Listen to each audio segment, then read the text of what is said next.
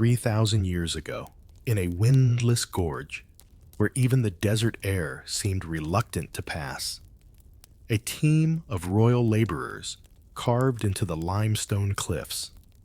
They hollowed out chambers that twisted like a spiral shell, lined the walls with alabaster panels that shimmered like frozen moonlight, and built corridors designed to confuse even the most determined intruder.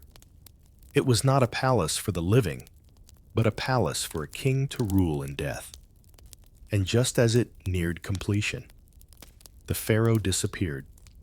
No funeral procession wound its way through the valley. No incense smoke drifted above the tomb's entrance. The grand burial complex, the crown jewel of its age, vanished from record, as though erased by a single, deliberate stroke. For over 30 centuries, one question has refused to die: what could compel Egypt to hide the tomb of its own ruler? The late 13th century BCE was a time of consolidation for Egypt. The new kingdom's reach extended from Nubia in the south to the edges of the Levant in the north. Trade routes along the Nile bustled with cargo boats stacked high with cedar from Byblos, gold from Cush, and turquoise from Sinai. Temples rose along the riverbanks, their pylons painted in colors so vivid they startled under the sun. In the Valley of the Kings, generations of monarchs had chosen to be buried in hidden chambers cut deep into the rock. Far from the monumental pyramids of earlier dynasties that had proven too obvious to tomb robbers, it was here, in this climate of prosperity and ambition, that our vanished pharaoh, a ruler whose name survives only in fragments of inscriptions, commissioned a burial unlike any before. Archaeological surveys indicate the intended tomb would have been among the largest in the valley, multiple pillared halls, storage annexes for ritual goods, and an unusually long sloping corridor that seemed designed as much for ceremony as for defense. Imagine standing at the edge of the Nile floodplain in late summer. The air is heavy with the smell of wet silt. Frogs trill from the irrigation ditches.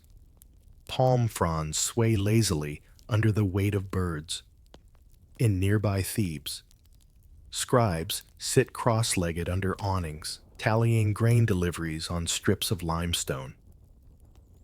This was a society organized with meticulous precision calendars tied to the river's flood, taxes measured in sacks of barley, justice administered in public courts where verdicts were pronounced aloud. Into this order came the pharaoh's grand project.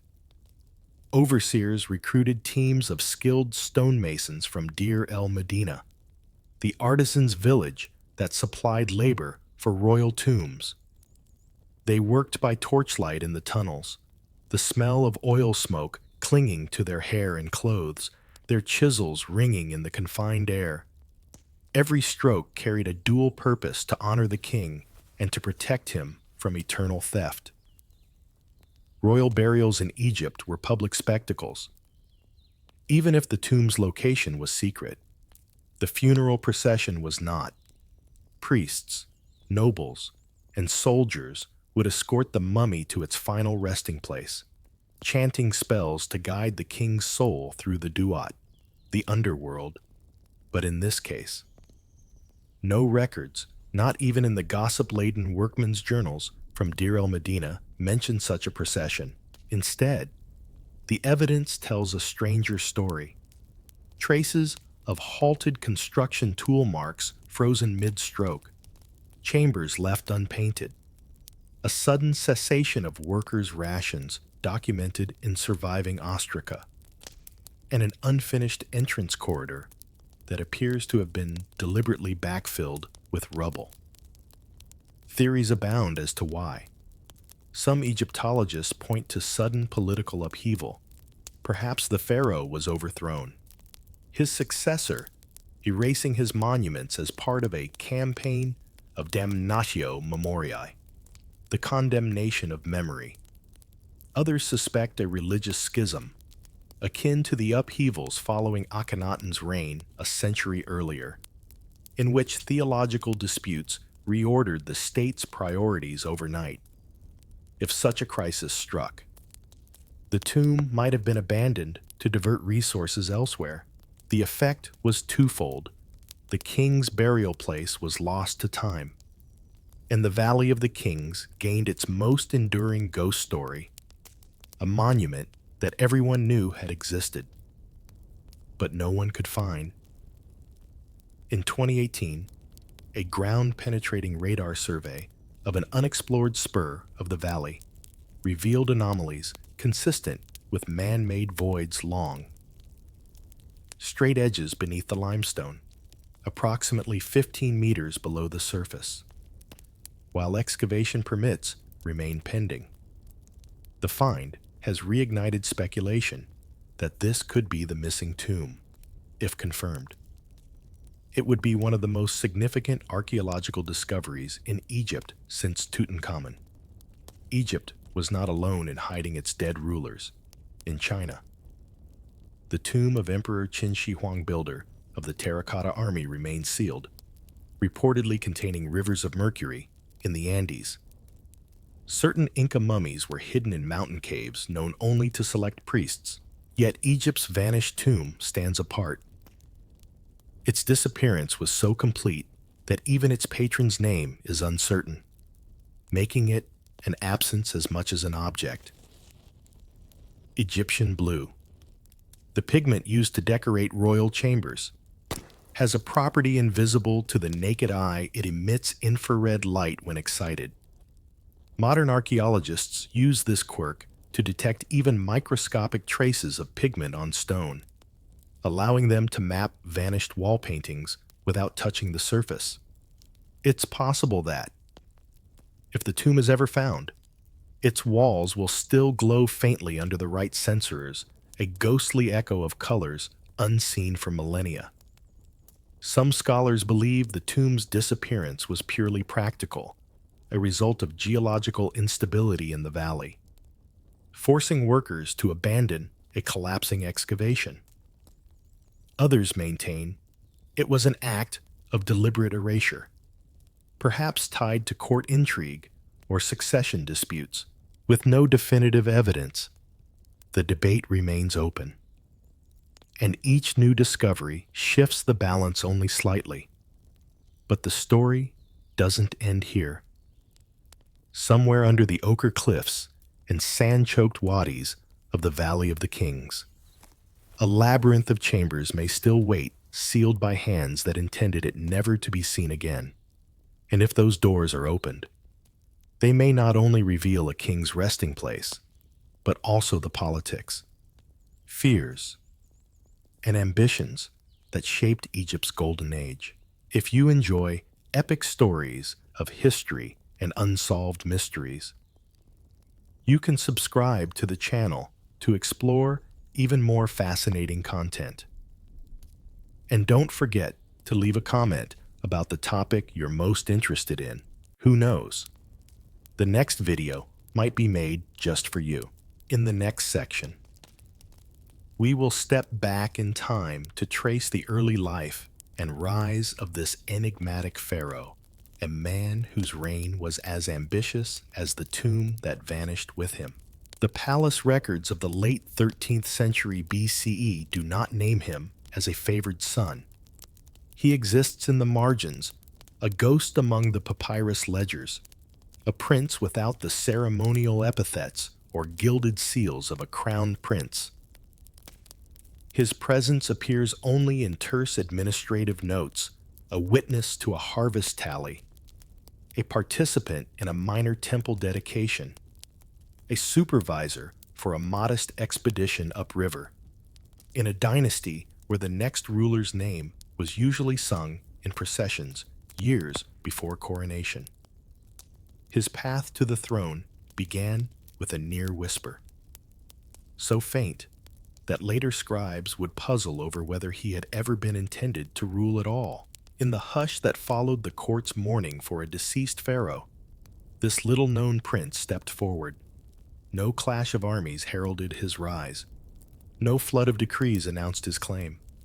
Instead, it was the slow tightening of unseen cords, the careful handshakes, the deliberate audiences, the measured promises that carried him upward. And when he finally sat upon Egypt's golden throne, the crook and flail across his knees, he began a quiet campaign that would fuse political cunning with monumental ambition. It would ripple through every bank of the Nile, from the swamps of the Delta to the granite cliffs of Nubia. It was around 1290 BCE, in the waning blaze of late summer, Thebes, capital of the two lands, shimmered under a haze of gold dust, its limestone temples catching the light of a low sun. The riverfront roared with activity.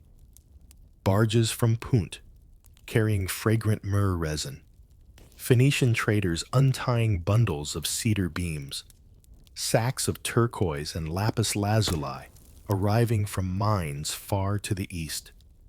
Priests in bleached linen glided beneath the papyrus-shaped columns of Karnak, their feet soundless against the sun-warmed stone. But beneath the grandeur was tension. The Hittite Empire pressed into the Levant, unsettling Egypt's northern trade arteries. In the south, Nubian lords watched and waited, calculating the right moment to test the border. Even within Thebes, rival houses whispered in the shadows of colonnades, each imagining its own path to influence.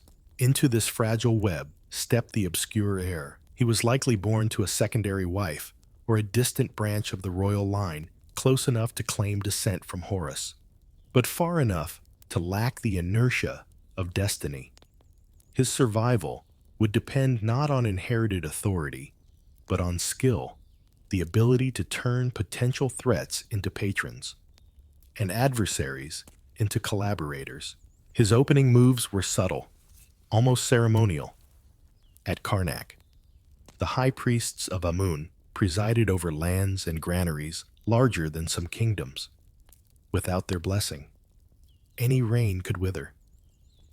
So he poured silver and stone into their hands, the commissioning of new pylons at Karnak Temple, colonnades whose capitals opened like stone lotus blossoms, reliefs carved so deeply they seemed to breathe shadow and light. These were not gestures of pure devotion. In Egypt, the god Amun's earthly will was expressed through his priests, and the priests could anoint or quietly smother the legitimacy of a king beyond the temples. His messengers crossed the Sinai to Levantine ports, bearing gold trinkets and silks for the rulers of Byblos, Ugarit, and smaller coastal cities. Marriage alliances followed, binding these states to Egypt through kinship. In return came concessions on shipping lanes, promises of military aid, and the steady inflow of exotic goods.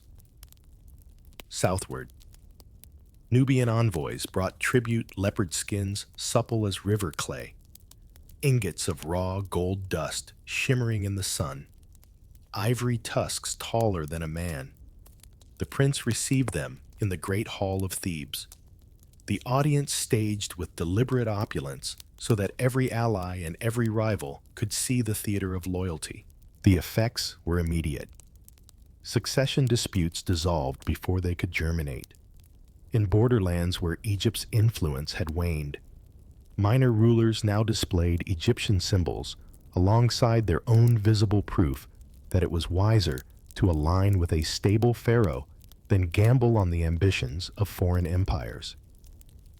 And within a few years, the influx of resources created a surplus in Thebes that could be redirected toward new works.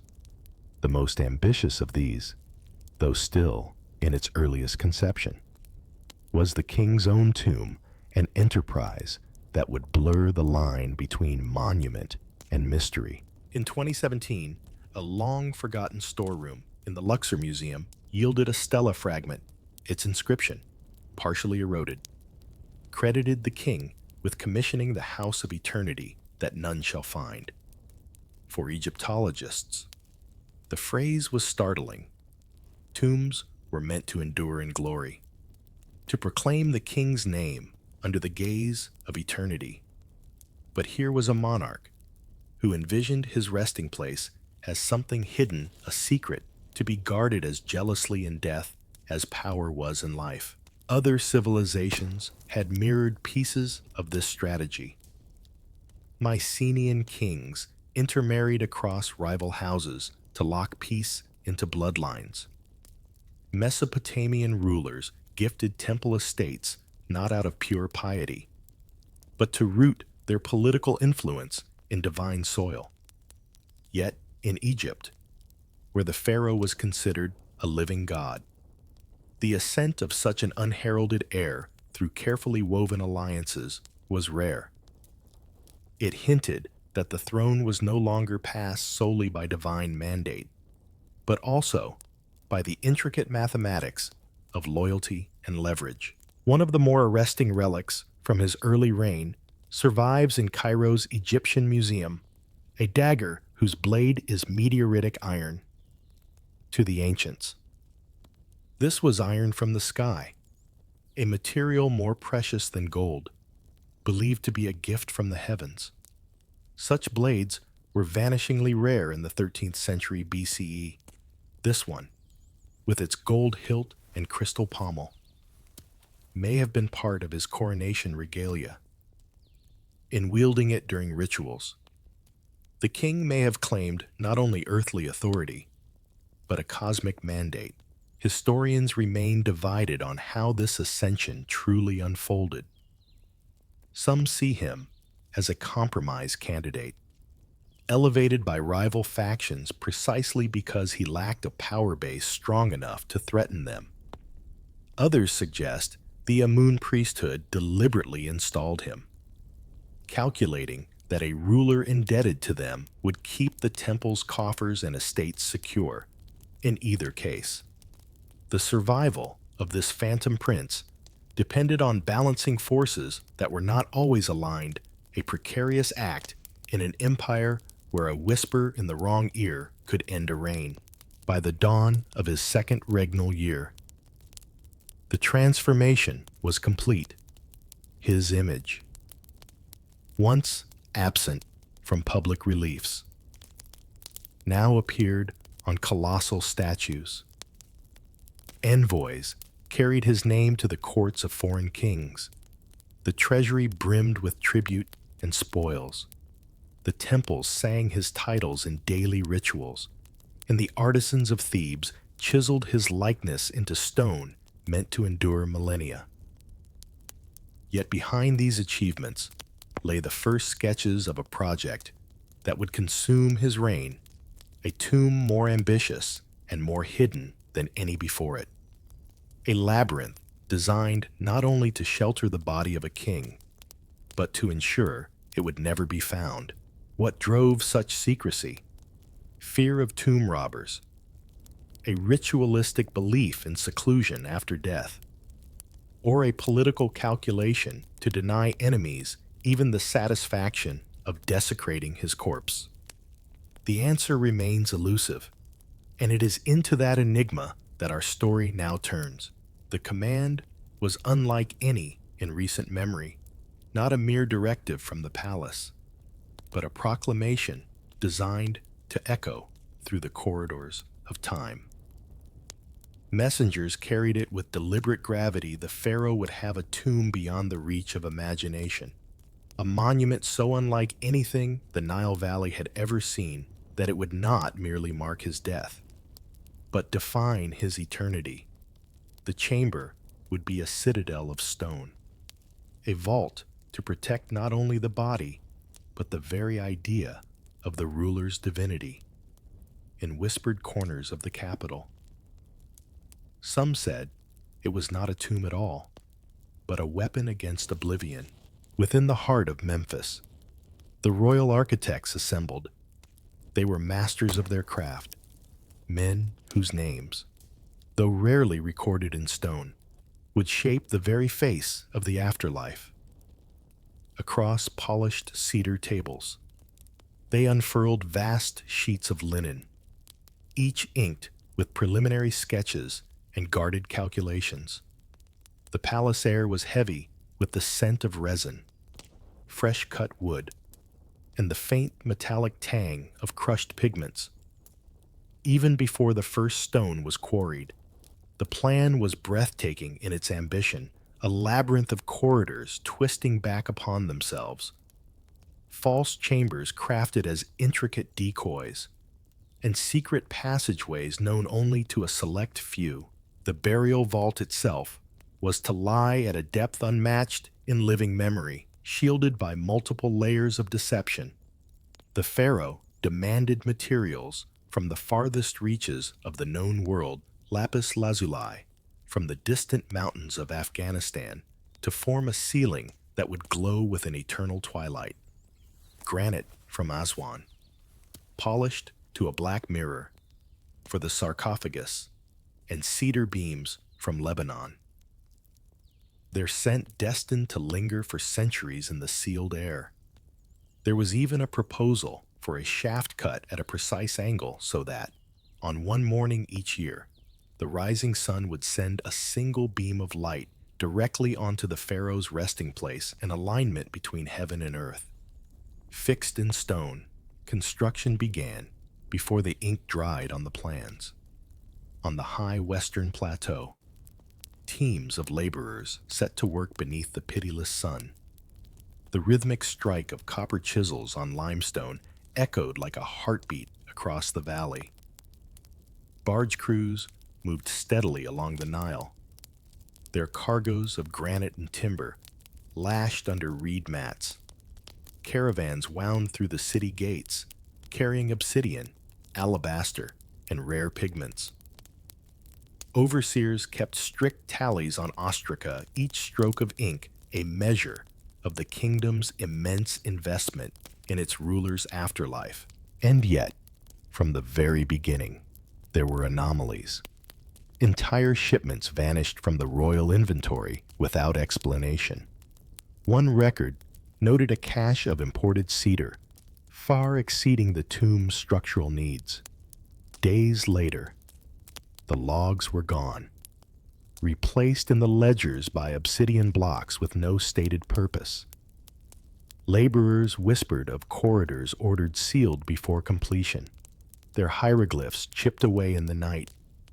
These were not the ordinary adjustments of a grand project, but deliberate alterations, and the reasons for them were known only to the highest circle of the court. The city felt the pull of the project's magnitude.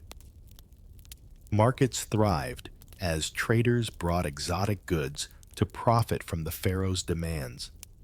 Workshops bustled with the production of Shabti figurines and amulets by the thousands. Goldsmiths labored over inlays so fine they could pass through the eye of a needle. Priests from rival temples petitioned to have their gods' images placed within the tomb's walls, turning its blueprints into a silent battleground of belief. Every stroke of a chisel seemed to carry political weight, but as the corridors stretched deeper into the bedrock, the first hints of trouble emerged. Grain tallies from upriver were delayed. The copper mines in Sinai reported reduced output. Caravans arrived late, their drivers speaking of dry riverbeds and skies without clouds. At first, these were minor inconveniences, the kind any vast enterprise might endure. Yet the timing was ominous while the pharaoh poured unprecedented resources into his tomb. The land beyond the palace gates seemed to be shifting underfoot within the court, behind carved screens and in perfumed chambers. Discussions began to turn uneasy. Envoys from foreign lands arrived with guarded expressions, their gifts accompanied by cryptic warnings. Priests spoke of omens, birds falling silent at midday, the Nile's floodwaters receding sooner than expected, a red moon hanging low over the horizon. The pharaoh's project continued, but the air in the palace grew heavier, as though stone and sand were not the only burdens weighing on the kingdom. The monument was rising, but so too were unseen pressures drought in the countryside, disputes among the priesthood, and rumors of unrest in provinces far from the capital. The vision of a tomb beyond imagination was intact, yet cracks had begun to form, not in the stone, but in the world around it, and in the coming season. As shadows lengthened across the palace courtyards, the troubles beyond the quarry walls would begin to seep into the heart of the court itself. The air in the palace grew still, as if the great stone walls themselves were listening. Outside, the sun over Memphis burned white and unrelenting. But inside the courtyards, the shade seemed cooler than usual. Too cool, the priests said, for the height of the season. The Nile's flood had come and gone with alarming haste, its waters retreating before the grain fields had their fill. To the farmers, it was an inconvenience. To the temple scribes, it was an omen. And to the pharaoh's court, it was a subtle but unmistakable warning that the land's lifeblood could not be taken for granted. In council chambers, lined with cedar and limestone, foreign envoys stood in measured silence before the throne. They came bearing gifts, hammered silver from the Hittites, fine lapis from the east, and ivory carved into the shapes of sacred animals. Yet their language was heavy with hints, veiled comments about shifting alliances, rival kings seeking tribute, and merchants complaining of roads made impassable by sandstorms. These visitors smiled as they spoke, but their eyes moved restlessly, scanning the court for weakness. The priests of Amun and Ta began to argue more openly, their disputes no longer confined to temple corridors. Each sought greater influence over the burial rites of the pharaoh, citing ancient precedents and divine will. At the heart of the conflict was the tomb itself, a structure so unusual that it defied the traditional roles assigned to Egypt's many deities. To the high priest of Amun, the lavish tomb was a vessel for the soul's eternal journey, which only his god could safeguard. To Ptah's followers, it was a work of divine craftsmanship, and therefore belonged under their patronage. The pharaoh, though still strong in voice and presence, was forced to arbitrate between factions that had never before been in such open competition. Beyond the palace gates, the signs of strain multiplied, the markets bustled, but prices rose steadily as shipments from the south and west faltered. In the taverns near the docks, sailors spoke of losing entire barges to sudden whirlpools in the river. In distant quarries, overseers sent word of laborers falling ill from a strange fever, forcing work to slow. And in the copper mines of Sinai, production fell so sharply that royal smiths were ordered to melt down unused statues to recast tools for the tomb's builders. Yet the work did not stop.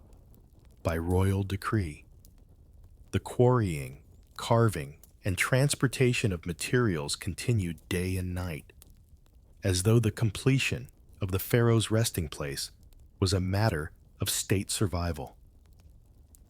Torches burned through the night along the western plateau, their flames casting long, wavering shadows over scaffolds and ramps. The wind off the desert carried the smell of limestone dust into the city, settling like pale snow on rooftops and palm leaves. But within the palace, The mood was shifting.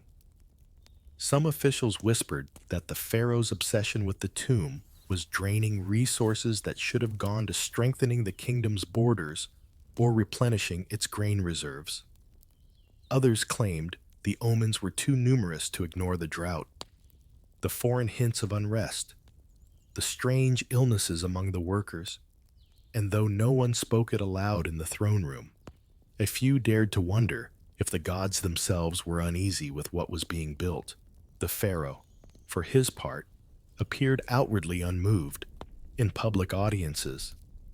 He spoke with the same measured authority that had secured his early reign, but in private. Those closest to him noticed subtle changes, longer pauses between decisions, moments when his gaze seemed fixed not on the speaker before him, but on some invisible horizon. The court physicians prescribed fragrant oils, cool baths, and the recitation of protective hymns.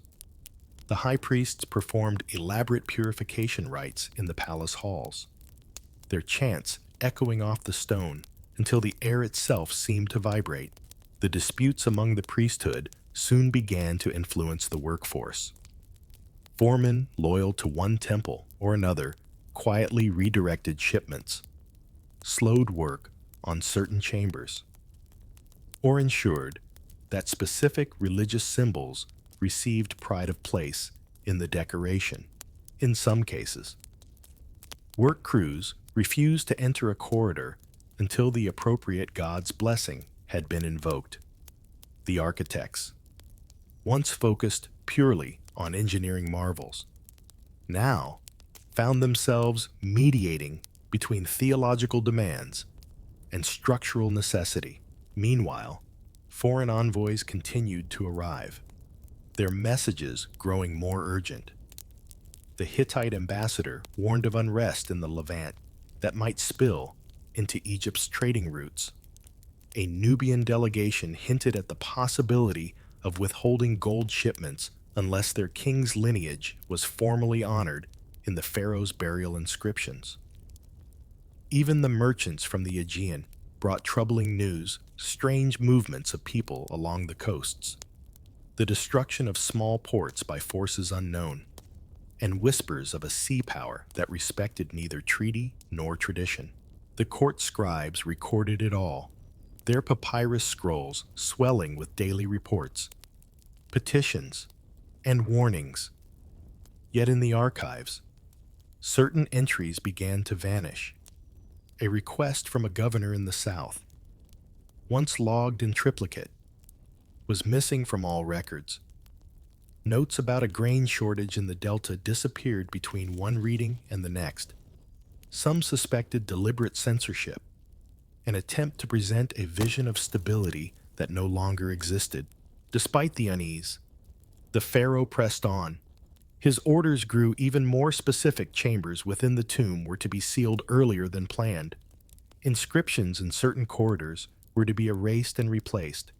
New materials, their purposes undisclosed, were to be acquired from the western deserts. Officials in charge of procurement were given unprecedented authority to bypass normal channels, a decision that raised eyebrows among those who had already begun to question the palace's spending. The tension was palpable now, not just in the council chambers, but in the very air of the capital.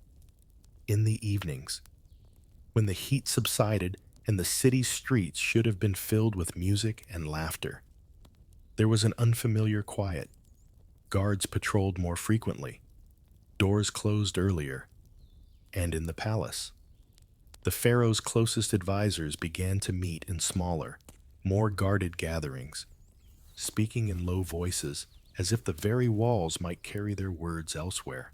It was during one of these hushed nights that the first rumors of the western caravans began to spread tales of long lines of pack animals, heavily laden, moving out into the desert under armed escort, their cargoes unlisted in any official record.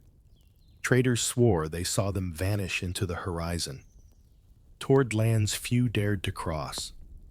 The palace offered no explanation, and for the first time, the whispers in the court turned not only to the drought, the envoys, or the religious disputes, but to the question of what, exactly, was being hidden beyond the sands.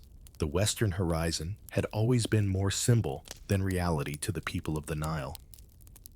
Beyond the cultivated floodplain and the ridges of ochre rock lay an ocean of sand, a place spoken of in funerary texts as the domain of the setting sun, where the souls of the dead began their perilous journey. Few Egyptians, even among seasoned traders, ventured far into that emptiness. Yet now, under the pharaoh's direct order, caravans of unusual size and secrecy were slipping into its heart. They departed at night from a side gate of the capital, the one used for discreet movements of the royal household. Torches were few, their light hooded to avoid drawing attention. The sound of hooves and padded camel steps was muffled beneath thick leather wrappings. On the lead animals, covered bundles were strapped so tightly that even the most curious dock worker could not guess their contents. Those who served as handlers, a mix of Nubians, Libyans, and Egyptian soldiers, were paid in gold and sworn to silence under penalty of death. The official records of these journeys were non-existent. Not a single shipping manifest or tax ledger noted their departure. In the archives, the days they left the city were marked by routine transactions, as though the caravans had never existed. Yet those who caught fleeting glimpses, a potter delivering clay jars to the palace kitchens, a sailor sleeping on the quay, a priest returning late from evening rites, told the same story. The loads were heavy, the guards watchful, and the direction always west. The court was divided in its interpretation. Some advisors claimed the expeditions were for acquiring rare materials unavailable in the Nile Valley timbers from distant oases, precious stones from the Libyan mountains, or exotic pigments used only in royal tombs. Others suspected the cargo had little to do with construction, and more to do with safeguarding treasures far from the reach of rivals, perhaps even hiding them from the pharaoh's own successors. A third, more guarded theory suggested the caravans were collecting sacred objects from ancient shrines in the desert, artifacts so potent or controversial that their removal had to be kept hidden from the temple authorities. The route they took was equally mysterious.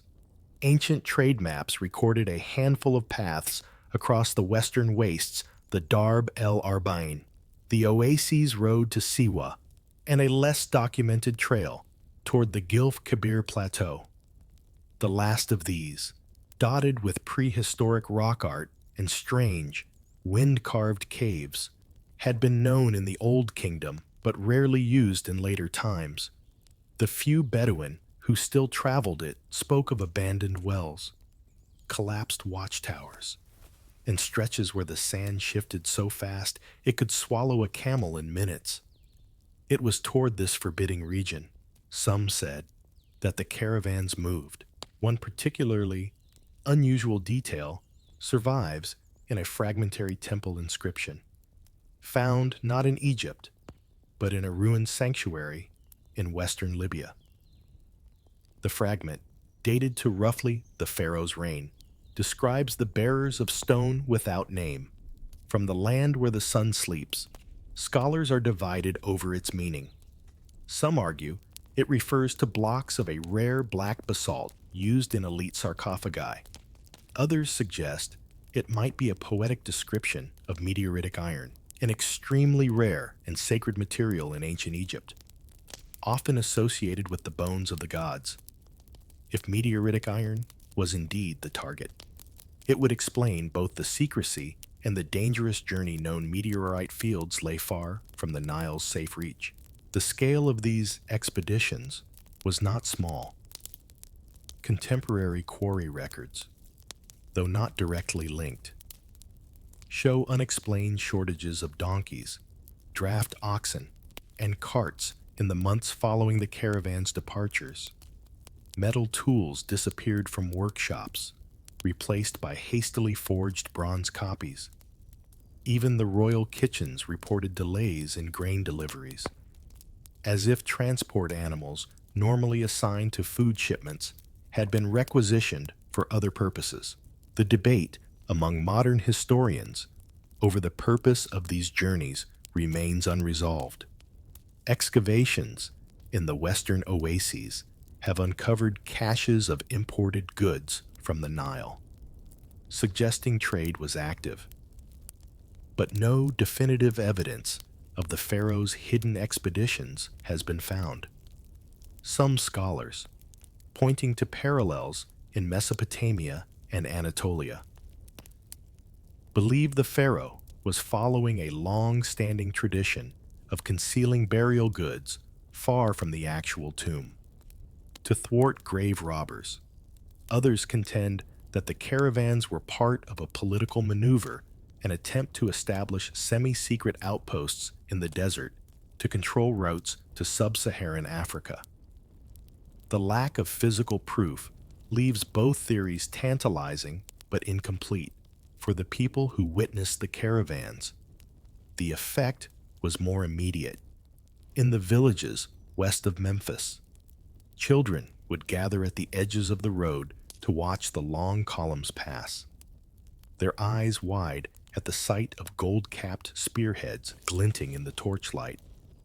The air around the procession smelled of leather, camel sweat, and resin from sealed crates.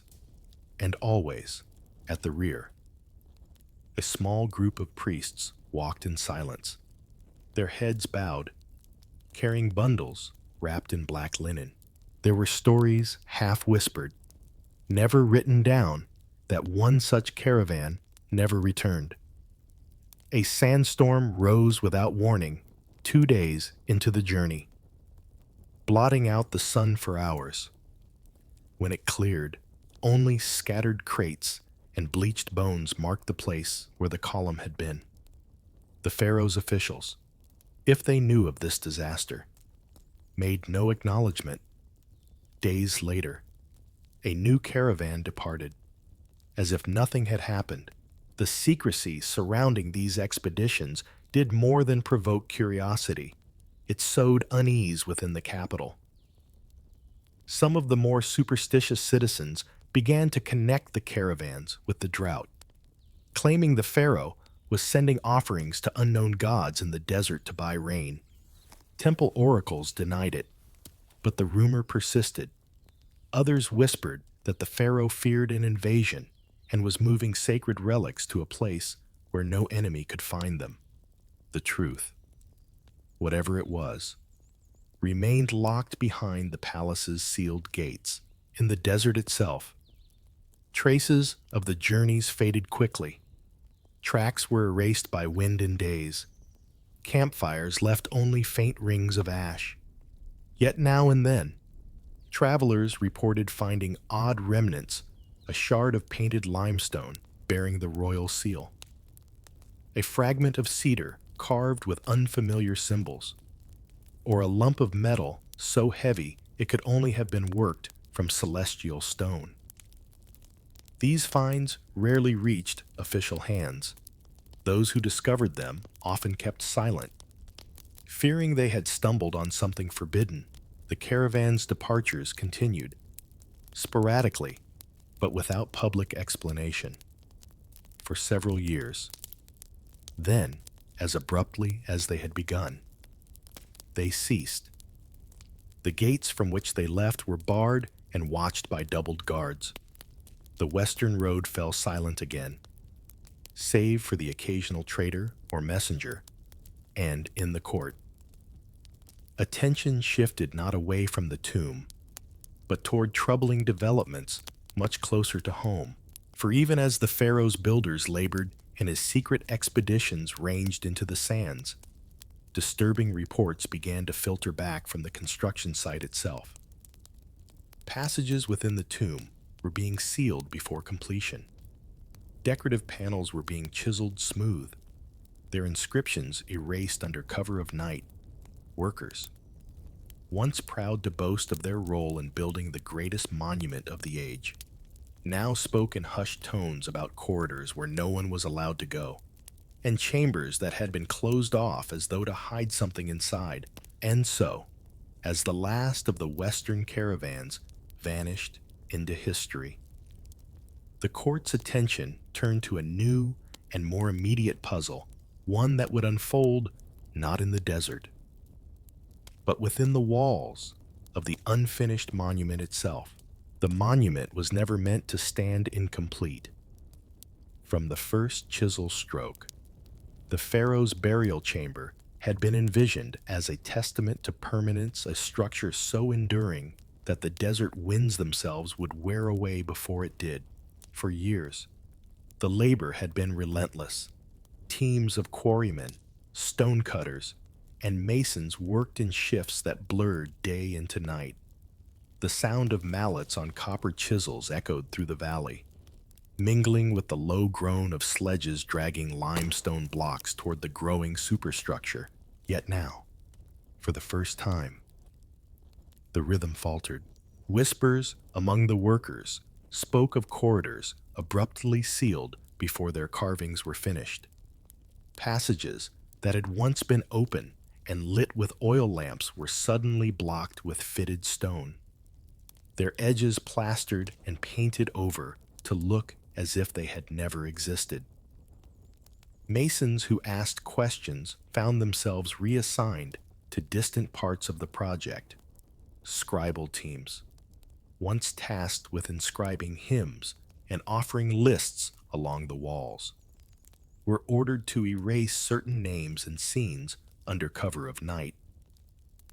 The sound of chisels striking fresh-cut hieroglyphs was replaced by the harsher scrape of tools gouging them away. It was not only the laborers who noticed. Overseers kept increasingly detailed logs of daily activity, noting when whole crews were redirected to work on unrelated segments. Food deliveries to the inner chambers were reduced, as if the number of men allowed inside had been sharply curtailed. Guards began to appear in places where there had never been guards before, posted at the mouths of tunnels and at the base of stairways that led deeper into the monument. The reasons for this sudden secrecy remain elusive. One plausible explanation is that structural faults had been discovered, cracks in the bedrock, or instability in the ceiling slabs of deeper chambers. Such flaws could have forced the architects to abandon certain sections and conceal them to preserve the tomb's safety. In a culture where perfection was the expectation for royal monuments, openly acknowledging such a failure would have been unthinkable. But others, both in the ancient court and among modern scholars, suspected the motive was not structural but political. Erased inscriptions often targeted names, not just decorative symbols. Some of the excised figures were believed to represent court officials, high priests, or even members of the royal family who had fallen out of favor. If the pharaoh had decided to remove all trace of a former ally turned rival, altering the tomb's iconography might have been seen as necessary, a final act of damnatio memoriae before death. Among the workers, a different rumor circulated. They told of a particular chamber deep within the monument that was sealed while still unfinished, its walls bare of decoration. The closure, they claimed, took place in the middle of the night, with only the chief architect, 2 overseers, and a small detachment of guards present. No tools or materials were removed from the space before it was blocked off. The implication was unsettling. Whatever lay inside was meant to remain there, unseen, perhaps forever. An unusual piece of evidence supports part of this rumor. In 1924, archaeologists working near the site uncovered a discarded tool cache buried in a shallow pit. The tools were identical to those used in royal construction crews: copper chisels, dolerite pounders, and wooden mallets, but they bore no mason's marks, as if they had been hastily abandoned rather than signed for inventory. Their placement, directly outside a sealed corridor, suggested they might have been left behind during a rapid closure of the space. The broader historical question is whether the monument was truly unfinished, in the sense of halted construction, or whether the work was simply redirected toward a revised plan. Some Egyptologists argue that the design evolved during the pharaoh's reign, with certain corridors intentionally decommissioned in favor of new ones better aligned with ritual or astronomical considerations. Others believe the abrupt changes point to crisis, either a depletion of resources due to drought and foreign policy strains, or internal strife severe enough to disrupt the project. The atmosphere on site must have been tense. Workers accustomed to predictable routines now found themselves second-guessing orders. Overseers were careful with their words, sometimes refusing to answer direct questions about the monument's design. Even the scribes, whose role was to document rather than speculate, began to leave curious gaps in their journals, skipping over dates or omitting descriptions of certain chambers altogether. In the evenings, as the desert air cooled and the work gangs returned to their barracks, low conversations would begin. Men spoke of faint sounds from the sealed corridors, the shifting of stone, the whisper of air, as if some hidden chamber were breathing. Whether these were products of imagination or the settling of the structure is impossible to say, but they were enough to ensure no one lingered near the blocked passages after dark. One odd and verifiable detail has long intrigued researchers. On the outer walls of a storage annex, one of the few sections left untouched, archaeologists found traces of a pigment not native to Egypt. Analysis revealed it to be derived from a mineral found only in the Sinai Peninsula, known for its vivid, almost metallic blue hue. This pigment was rare and costly, typically reserved for the most sacred or politically significant imagery. That it was applied here, in a seemingly mundane storeroom, raises questions. Was this annex repurposed for a special function after the sealing of other chambers, or was it always intended to hold something extraordinary, hidden in plain sight? Debates over the unfinished nature of the monument have only intensified in recent decades, as ground-penetrating radar surveys have hinted at anomalies beneath the site voids and passages that do not correspond to the known floor plan. Whether these represent incomplete corridors, hidden storerooms, or natural cavities remains uncertain. Some scholars advocate for targeted excavation to resolve the mystery, while others caution that disturbing the structure could irreparably damage one of the most enigmatic royal projects in Egyptian history. For the ancient court, the implications were immediate. Every alteration to the tomb risked delaying its completion, and an unfinished royal monument was not merely a logistical failure, but a religious one. The pharaoh's safe passage into the afterlife depended on the precision of its design and decoration. The pressure on the workforce must have been immense, compounded by the unspoken awareness that time was slipping away.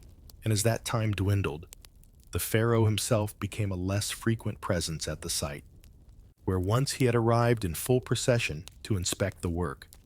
Now, he sent only trusted envoys. When he did appear, It was often unannounced, his visits shorter, his conversations with the architects conducted in private. Those who caught glimpses of him noted changes, a stiffness in his movements, an increased reliance on attendance, and an expression more guarded than before. It was during one such unannounced visit, according to later accounts, that the order was given to halt work on the innermost chamber entirely. The architects obeyed, but their expressions betrayed confusion. No explanation was offered to the workforce. Within days, the entrance to the chamber was blocked, the tools removed, and the surface plastered smooth. The sound of mallets and chisels in that part of the monument ceased, replaced by the quiet rustle of sand drifting against the outer walls. Whatever the truth behind the sealed corridors and erased inscriptions, the sense of unease they created would ripple outward into the barracks, the markets, and eventually the court itself. For as the monument stood in partial silence, preparations began for an event that would draw the kingdom's eyes away from its unfinished stone and toward the pharaoh in person, a grand festival, promised to be the most splendid of his reign.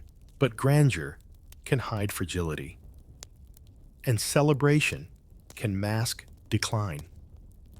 The festival would mark not only a high point in public display, but also the beginning of a shadow that would lengthen over the throne itself. The announcement came like a thunderclap in a cloudless sky. The pharaoh would preside over a festival unlike any the kingdom had ever seen. Messengers rode through the streets of Thebes, Memphis, and the river towns of the Nile Delta, proclaiming that the coming celebration would eclipse all others, a demonstration of the ruler's divine favor and the empire's prosperity. The timing, however, puzzled many. For months, the pharaoh had been seen less and less. His once frequent inspections of the Grand Tomb project reduced to rare, fleeting appearances.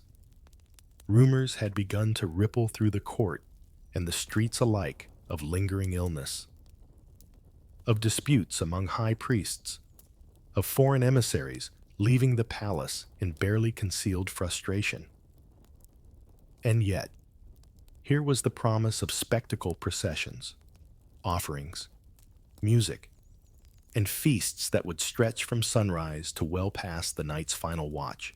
The preparations began immediately. The smell of incense and freshly cut papyrus stalks filled the palace courtyards as artisans carved new statues. Goldsmiths polished ceremonial vessels, and scribes drafted elaborate programs for the sequence of events. Boatloads of produce and wine came upriver from the fertile delta, while hunting parties brought exotic game from the western oases. The avenues leading to the great temple were swept daily, lined with banners dyed in rare pigments, crimson from Nubia, lapis from the Sinai, and deep ochre from the eastern desert. On the morning of the festival, the air was thick with heat even before the sun had cleared the horizon. Crowds pressed against the colonnades, their linen garments fluttering in the faint breeze from the Nile. The deep boom of ceremonial drums rolled across the city, answered by the brassy wail of long trumpets. The scent of roasting meats mingled with that of lotus blossoms floating in water basins placed strategically along the route of the procession. The pharaoh appeared at last, borne aloft on a gilded palanquin carried by 12 of the palace's strongest guards. His regalia was flawless, the blue war crown set with gold rosettes, a collar inlaid with turquoise and carnelian, and a scepter capped with the image of the god Horus. Yet those who had seen him in earlier years noticed a change. His posture was rigid, his movements precise to the point of strain at times. He gripped the arms of the palanquin as though steadying himself against an unseen force. From the high balcony of the temple's forecourt, the priests began the offerings. Vats of honey, jars of oil, and bolts of the finest linen were heaped before the colossal statues of the gods. The chanting rose and fell like the tide, and the crowds responded with murmurs of awe. But behind the ceremonial perfection, small incongruities emerged. The pharaoh's speeches were read aloud not by him, but by a herald at his side. When he raised his hand in blessing, it was for only a brief moment before the arm fell back to rest. One unusual and verifiable detail stands out in the records. Court scribes noted that the main ritual, a symbolic reenactment of the pharaoh's uniting of the two lands, was shortened dramatically, with several key steps omitted. In place of the traditional exchange of regalia between Upper and Lower Egypt, the attendants simply carried both sets past the ruler without the physical transfer. Whether this was due to time constraints, the pharaoh's health, or deeper political rifts remains unclear. But it was the first known deviation from a ritual unchanged for centuries. The debate among historians centers on the purpose of the festival itself. Was it a genuine expression of prosperity, meant to reassure the populace during a period of drought and political strain, or was it a calculated display, a diversion from mounting instability, intended to project strength while masking vulnerability? Some scholars point to inscriptions hastily carved into stelae before the event, declaring the pharaoh's eternal vigor and divine right to rule, as evidence that the court sought to counter rumors of his decline. Others argue that the celebration was a farewell of sorts, a final public appearance before retreating entirely from view. In the weeks leading up to the festival, certain members of the royal family were conspicuously absent from public engagements.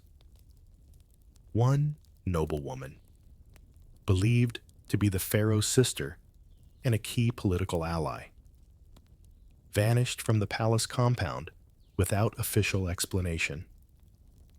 Foreign envoys from the Levant, who had been in Thebes for trade negotiations, were abruptly dismissed days before the festivities began, and the high priests of two rival temples appeared together in public for the first time in years, a gesture some interpreted as a temporary truce in the face of greater concerns. If the people suspected anything amiss, they kept it to themselves. The festival's sheer scale overwhelmed the senses.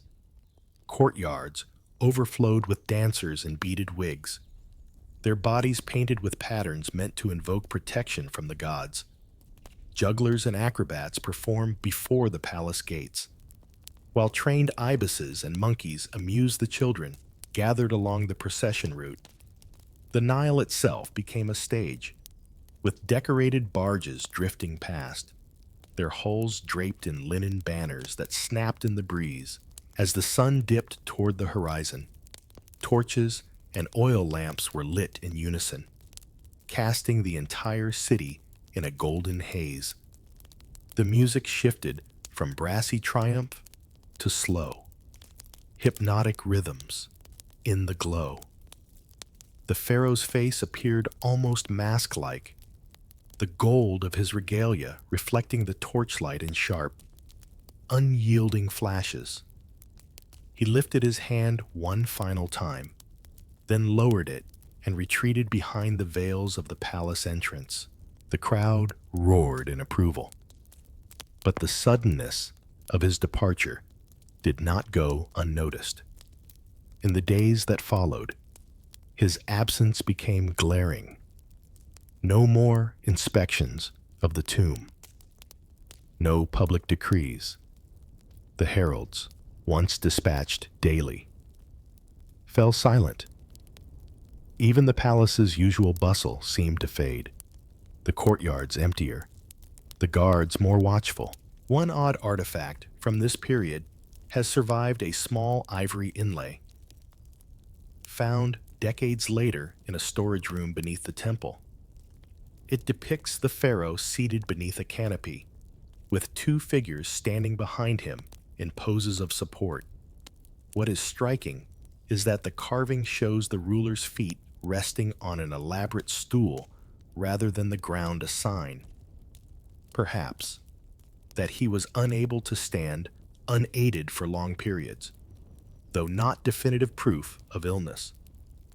It aligns with the observations of those who saw him during the festival. From here, the mystery deepens. The grand celebration, so carefully staged, now appears in hindsight as a veil drawn over a throne in shadow. Whether the pharaoh withdrew due to failing health, political threats, or a combination of both, the effect was the same: his image remained frozen in that moment of public glory. While the reality behind palace walls changed rapidly, and it is behind those walls, in the days after the festival, that the story takes a turn both sudden and profound. For the pharaoh's death, when it came, would arrive without the honors of a funeral, and with a silence that would echo for centuries. The end came quietly, so quietly that the first reports reached the outer city, not through royal proclamation, but in whispers carried by servants, guards, and market vendors who had caught fragments of hushed conversations near the palace gates. The pharaoh was dead. No bells were rung. No heralds were dispatched. And the temple forecourts remained still. The river flowed on as it always had, but in the absence of the ruler's public presence, the city's pulse faltered. In ancient Egypt, the death of a king was not merely a political transition. It was a cosmic event, believed to disrupt the order of the world until the rightful rites were performed. The soul of the ruler, the Ka, required careful passage into the afterlife, an orchestration of purification, embalming, processions, and entombment that could last over 2 months. Yet here, no such procession unfolded. Days passed, then weeks, and the customary signs of mourning: blackened door lintels, veiled statues of the gods. Processional chants failed to appear. Within the palace, the corridors darkened. Curtains remained drawn across the colonnades, and braziers that once burned incense for visiting dignitaries were left cold. Foreign envoys, still in the city from the recent festival, were quietly escorted out through secondary gates.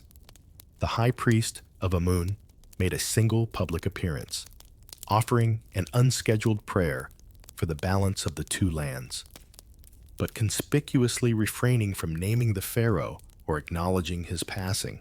The absence of ritual was more than strange, it was unthinkable. Every previous ruler, even those overthrown in disgrace, had received at least a formal burial within the bounds of tradition. Here, the silence seemed deliberate. Scribes later recorded that official scrolls from this period contained whole columns left blank, as though the ink had been withheld until some consensus could be reached. One verifiable and remarkable detail emerges from archaeological records: a cluster of embalming vessels and canopic jar lids dated to the reign were found not in the royal necropolis, but in a small, sealed chamber beneath a minor temple on the western bank. The jars were plain, undecorated, and never inscribed with a name, a breach of sacred custom that, to this day, defies easy explanation. If they belong to the pharaoh, they suggest a burial far removed from the grandeur expected of a monarch. Why this concealment? Historians remain divided. One school of thought argues that the ruler's sudden decline, perhaps from illness or poisoning, created a power vacuum. Factions within the court may have feared that a traditional funeral, with its public display of the body, would expose signs of disease or injury inconsistent with official accounts. Others propose that religious schisms already simmering during his reign reached a breaking point, prompting certain priestly orders to deny him the full honors due to theological disputes.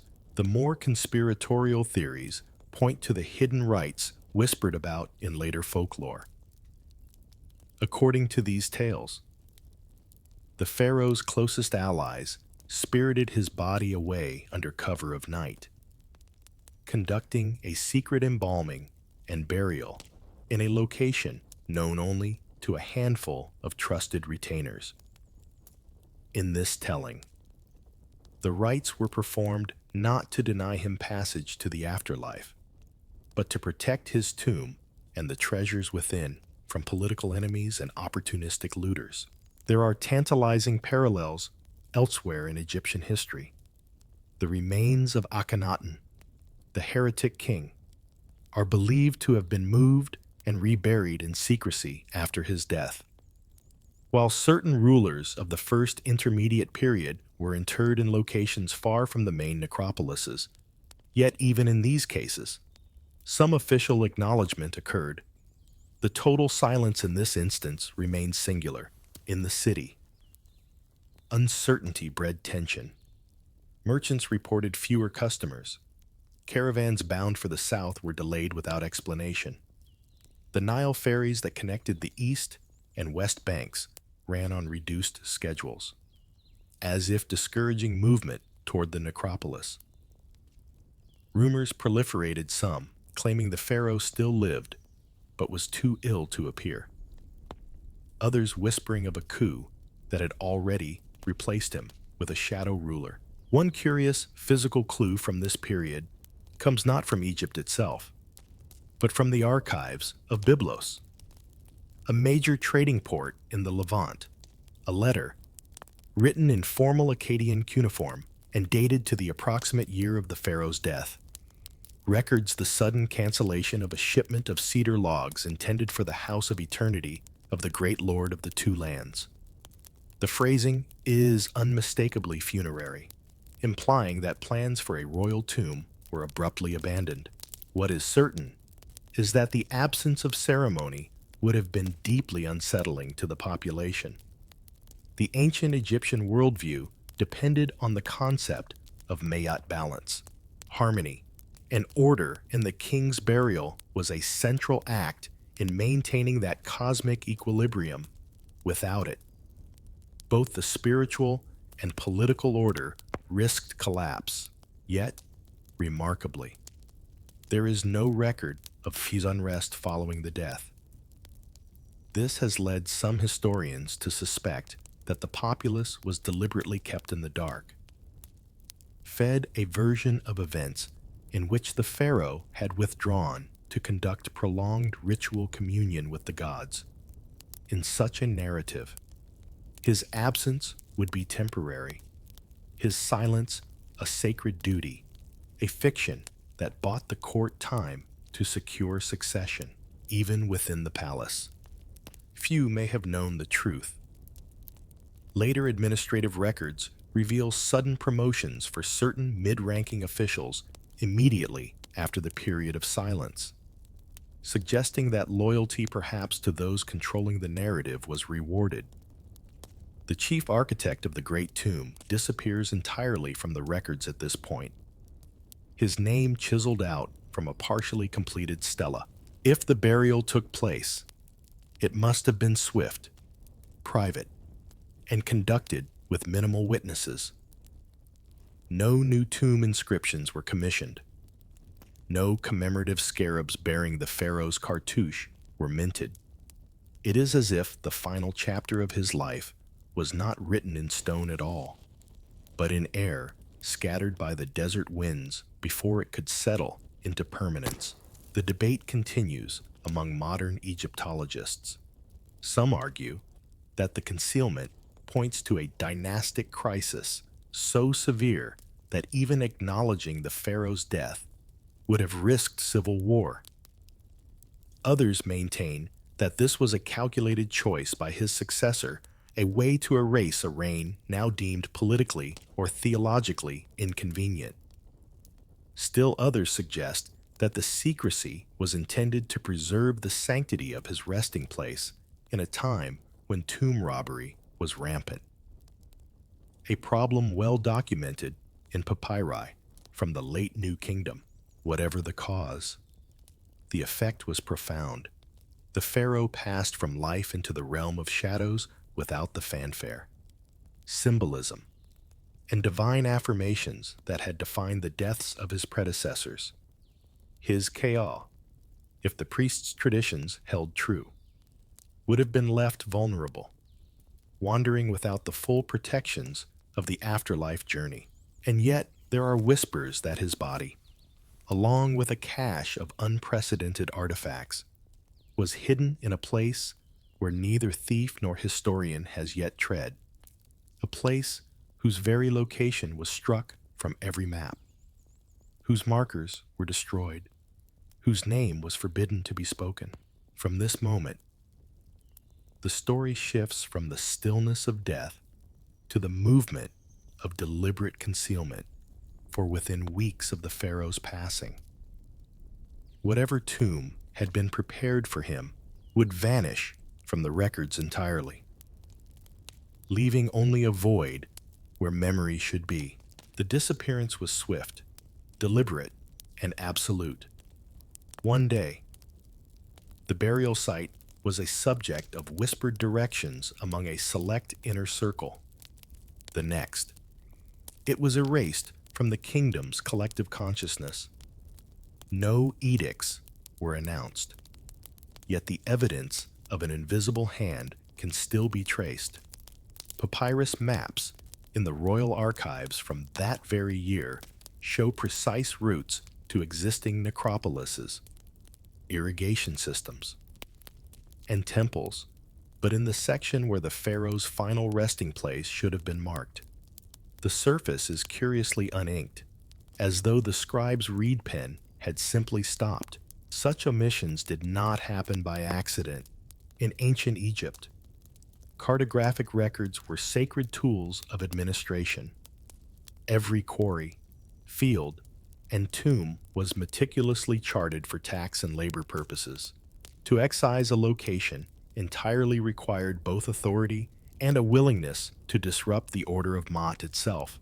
The first sign that something unusual had occurred came not from Egypt, but from a fragmentary papyrus found in the ruins of an administrative office in Elephantine, dated to the months after the pharaoh's death.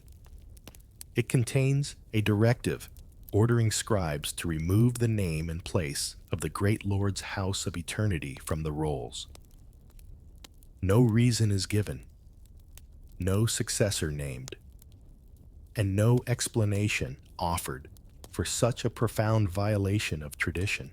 Archaeologists have found physical confirmation of this censorship in the form of partially scraped limestone ostraca, the everyday notebooks of ancient scribes. On several of these, traces of a cartouche and a short geographic descriptor remain faintly visible beneath the abrasion marks, like ghosts in the stone. Modern infrared imaging reveals that the erased inscriptions match the stylistic hand used by the same team of tomb recorders in the Western Theban necropolis, suggesting that the work of destruction was done by those once tasked with commemoration. The speed of the erasure suggests a coordinated campaign.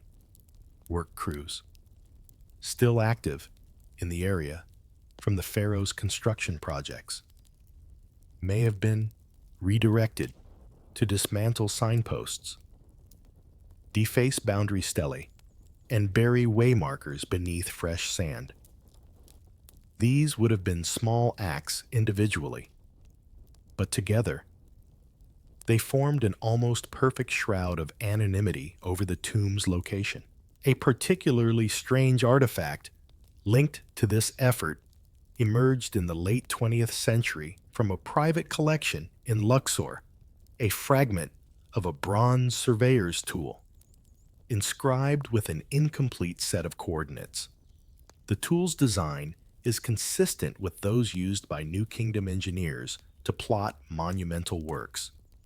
Yet here, the final coordinate line is intentionally chiseled away, while its authenticity has been verified by metallurgical analysis. No one can say for certain whether it was altered before or after the tool left official hands. Why such drastic secrecy? Scholars remain sharply divided. The dominant theory holds that the erasure was politically motivated, an attempt by the new ruler to sever all ties to a predecessor whose policies or religious alignments had become liabilities. This would not have been unprecedented. The names and images of Hatshepsut, Akhenaten, and others were subjected to damnatio memoriae. Yet even in those cases, the physical tombs remained, visible to those who knew where to look. The total vanishing act here stands apart. Another theory suggests that the pharaoh's tomb was intentionally hidden to protect its contents from the widespread tomb robberies plaguing Egypt during periods of economic decline. Officials in charge of securing the necropolis may have concluded that the only foolproof defense was to erase the site from official knowledge altogether. If so, it worked perhaps too well. More esoteric interpretations lean toward the religious. Certain factions of the priesthood may have believed that sealing the tomb in anonymity would preserve not only the pharaoh's treasures, but also his ka from interference in the afterlife. Such beliefs, while not mainstream, are hinted at in fragmentary funerary texts that speak of the hidden way and the unmarked gate, routes reserved for gods and the most sacred dead. One of the most intriguing physical anomalies comes from ground-penetrating radar surveys conducted in the late 1990s along a section of desert once connected to known necropolis paths. The scans revealed a rectangular void, consistent in size with a large tomb chamber, buried more than 20 meters below the surface. Yet when a follow-up excavation was attempted, the site yielded nothing but sterile sand, as though the void itself had been deliberately filled, erasing not just the entrance, but the very space within. In the absence of physical confirmation, the tomb has taken on a mythic dimension. Nomadic clans in the western desert tell of a stone doorway under the dunes that glows at night when the moon is thin. Traders recount stories passed down from grandfathers about guides who could find the king's house by following a line of stars to a single black boulder. Though no such landmark exists today, still, the most compelling indicator of official censorship lies in the silence of the scribes in every other royal death. Even those surrounded by controversy, at least one surviving inscription makes mention of the rulers joining with the ancestors. Here, there is nothing, not a single line of hieroglyphs affirming the pharaoh's passage to the afterlife. This absence is so conspicuous that some Egyptologists now refer to the period as the blank reigns ending, for those who favor a political explanation. The timing is critical. The erasure coincides with a rapid consolidation of power by the pharaoh's successor, whose own monuments appear in abundance almost immediately after the blank period ends. This pattern mirrors known instances in which a usurper sought to legitimize their rule by obliterating the memory of their predecessor. for those who support the protective theft theory. The argument rests on the quality of goods recovered from nearby secondary burials of the same era. Objects so finely made they must have been part of a royal commission, yet found without inscriptions, as if stripped from a greater whole and hidden in plain sight. The debate remains unresolved. But one point is universally agreed upon. The erasure was total, and its success is measured by the fact that, over 3,000 years later, the tomb's location has not been rediscovered. This is a rarity in Egyptian archaeology, where even heavily looted sites can often be traced by architectural fragments or subsurface anomalies.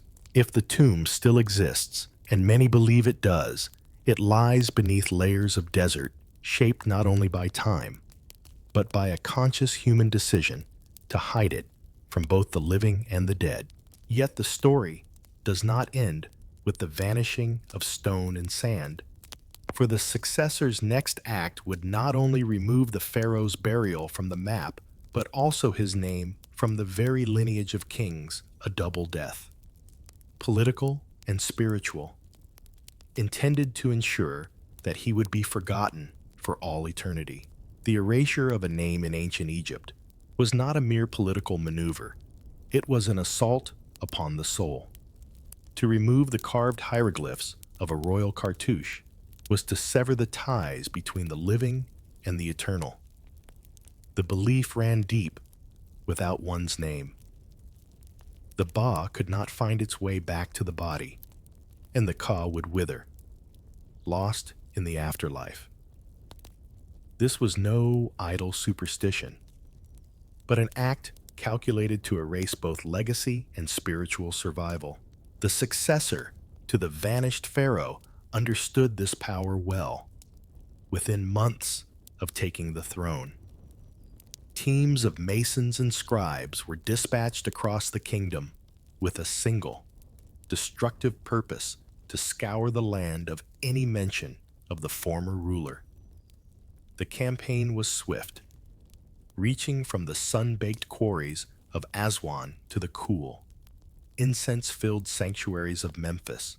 Temple walls, once adorned with reliefs of the pharaoh making offerings to Amun, were methodically chiseled down to blank stone. At Karnak, an entire colonnade shows suspiciously smooth patches where the pharaoh's figure should stand beside other monarchs in the ritual procession. In some places, the stone bears faint gouges beneath fresh plaster, as though the erasers feared that even a ghost of the hieroglyphs might undo their work. The oddest discoveries come from smaller, provincial shrines far from the great cities. In these remote places, inscriptions were not replaced with the new ruler's name, but left deliberately empty. One limestone lintel, now housed in the Egyptian Museum in Cairo, displays a meticulously carved prayer to Osiris in perfect alignment, except where the pharaoh's name should appear. There is only a blank, polished oval. The work is so precise that it appears intentional, as if the stone itself were holding its breath. Egyptologists are divided on the motivations for this purge. Some argue that the successor feared the dead king's popularity and sought to prevent any lingering loyalty from coalescing into political opposition. In times of unstable succession, a well-remembered predecessor could serve as a rallying point for dissent, a danger to any fragile new regime. Removing the pharaoh's name from public view would, in theory, dissolve his symbolic power. Others suggest that the erasure was part of a larger ideological shift, perhaps tied to theological disputes. If the pharaoh had aligned himself with a controversial cult, or had attempted to elevate one deity over another, as Akhenaten did with Aten, then his memory would have been a threat to religious unity. In such a case, The successor's actions would have been framed as a restoration of Ma'at, the cosmic order. The campaign even reached into the administrative realm. Surviving papyri from Thebes show tax records in which a year once marked as Year X of Pharaoh's name was overwritten simply as Year Tets. The absence of attribution is more than an accounting quirk. It is a deliberate act of chronological amputation. The message is subtle, but devastating. This reign never happened. This man never existed. An unusual piece of evidence emerged in 2003 when a private collection in Geneva revealed a shard of granite bearing an incomplete cartouche. The lower portion of the glyphs had been deeply cut away, but microscopic analysis revealed traces of blue-green pigment, Egyptian blue, that match pigments used in high-status monuments. This suggests the stone was once part of a prominent public display, later defaced and discarded. The pigment residue clinging stubbornly to the stone feels like a small rebellion against the forces of oblivion. While such acts of damnatio memoriae were not unprecedented in Egypt, the scale here was exceptional. Hatshepsut's name was erased in some locations but survived in others. Akhenaten's monuments were dismantled but not all destroyed. In this case, the eradication seems to have been nearly total, with few surviving inscriptions even in remote areas. Still, traces linger in places the erasers may never have considered. A workman's graffito on a quarry wall at Gabel el Silsila contains a half-formed cartouche alongside tally marks, likely counting stone blocks cut for a royal commission. The marks are crude, perhaps done by a bored laborer, but they may represent one of the last unintentional survivals of the pharaoh's name. The question of why the erasure was so thorough remains contested. One faction of scholars believes the successor wished to conceal something about the pharaoh's death, perhaps an unnatural cause, perhaps a scandal involving foreign envoys. In this view, removing his name from history was less about ideology and more about damage control. Another faction holds that the erasure and the earlier vanishing of the tomb were part of a single, coordinated plan to protect the burial site from desecration or looting. Without a name, there could be no official record of where to search. The pharaoh's absence from lineage lists would ensure that even future generations of scribes would have no reason to seek him out. Modern political analogies are tempting, but they risk oversimplifying the ancient mindset. In Egypt, the written name was not just a political brand, it was a metaphysical anchor. To sever it was to strike at the very essence of existence. This was both a public and cosmic execution, one that the successor's court carried out with clinical precision. For all its brutality, the campaign was not perfect. In the quiet spaces of the desert, far from official eyes, memory sometimes escaped the chisel. Caravan guides, priests in minor shrines, and even foreign traders may have preserved scraps of the pharaoh's identity in oral tradition. Such whispers would later resurface in the tales told by nomads in the western desert stories of a ruler whose tomb lay beyond the horizon, marked only by the wind and the shifting sands. And it is to those whispers, faint, fragmented, but stubborn, that we turn next. As the trail of the lost pharaoh passes from the stone halls of power into the sun-scorched silence of the desert, the western desert is a place where wind is the true architect, shaping the land into endless waves of sand that move like slow tides. In this shifting world, stone does not belong, and when it appears, it draws stories to itself like a magnet. for centuries after the pharaoh's name was struck from the official record. His memory lingered not in temple halls, but in the tales of traders, herders, and wanderers who made their living on the fringes of Egypt's far west. By the time these accounts were written down, they were already layered with centuries of retelling. Some versions began with a caravan lost in a Khamsin, the searing desert wind, only to stumble upon a half-buried doorway protruding from a dune. Others spoke of an oasis guarded by a wall of black stone that seemed to hum faintly in the heat. Always. The detail of the door remained a lintel carved with symbols so worn they were like the bones of fish left in the sun. As one Bedouin proverb puts it, the earliest known written mention of such a doorway comes not from Egypt itself, but from the periphery. A 9th century CE Arabic geographer's account of trade routes between the Nile and the oases of the West. In a brief, almost casual aside, he notes, there is a place where the wind reveals stones, then hides them again. Some say they are the gate to the city of the dead kings.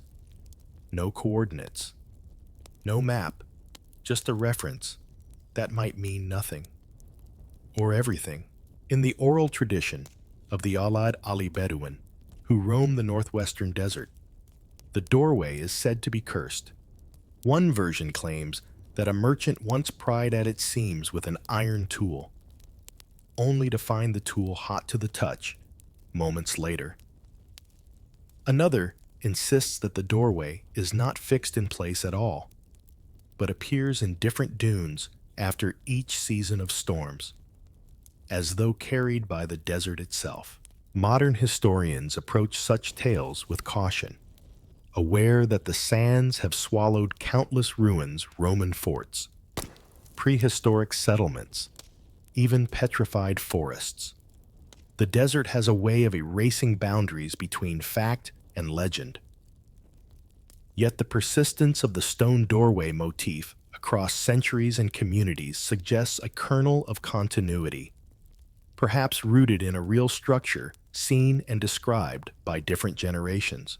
An unusual piece of potential evidence emerged in 1934, when a British oil survey team working near the Qattara Depression reported sighting a rectangular slab of dressed stone, standing at a slant and partly covered by drift sand. The foreman's log describes it as basalt, though no sample was taken. Days later, a sandstorm forced the team to relocate, and the exact location was never logged in official records. This report languished in company archives until rediscovered by a graduate student in 1987, sparking renewed speculation among Egyptologists. Scholarly opinion on the doorway falls into three broad camps. The first argues it is a remnant of a way station or ceremonial marker along an ancient caravan route, perhaps from the Old Kingdom's expeditions to the oases. In this reading, the doorway's connection to the erased pharaoh is coincidental. A later accretion of legend, the second camp sees it as a true architectural threshold, possibly the entrance to a tomb or storage chamber concealed beneath the desert. The unusual choice of location, far from the Nile, would have been deliberate, a measure to keep the site hidden from both rivals and common grave robbers. The third, more skeptical camp treats the doorway as a purely folkloric symbol. They point to the absence of definitive archaeological evidence and argue that doorway imagery is common in many cultures as a metaphor for passage between worlds. To them, the shifting sands and moving door are narrative devices, not literal descriptions. And yet, the Western Desert has surprised scholars before. In 1933, the so-called Lost Army of Cambyses, long dismissed as a Herodotean myth, gained credibility when an Italian expedition recovered bronze weapons and fragments of armor from dunes hundreds of miles inland.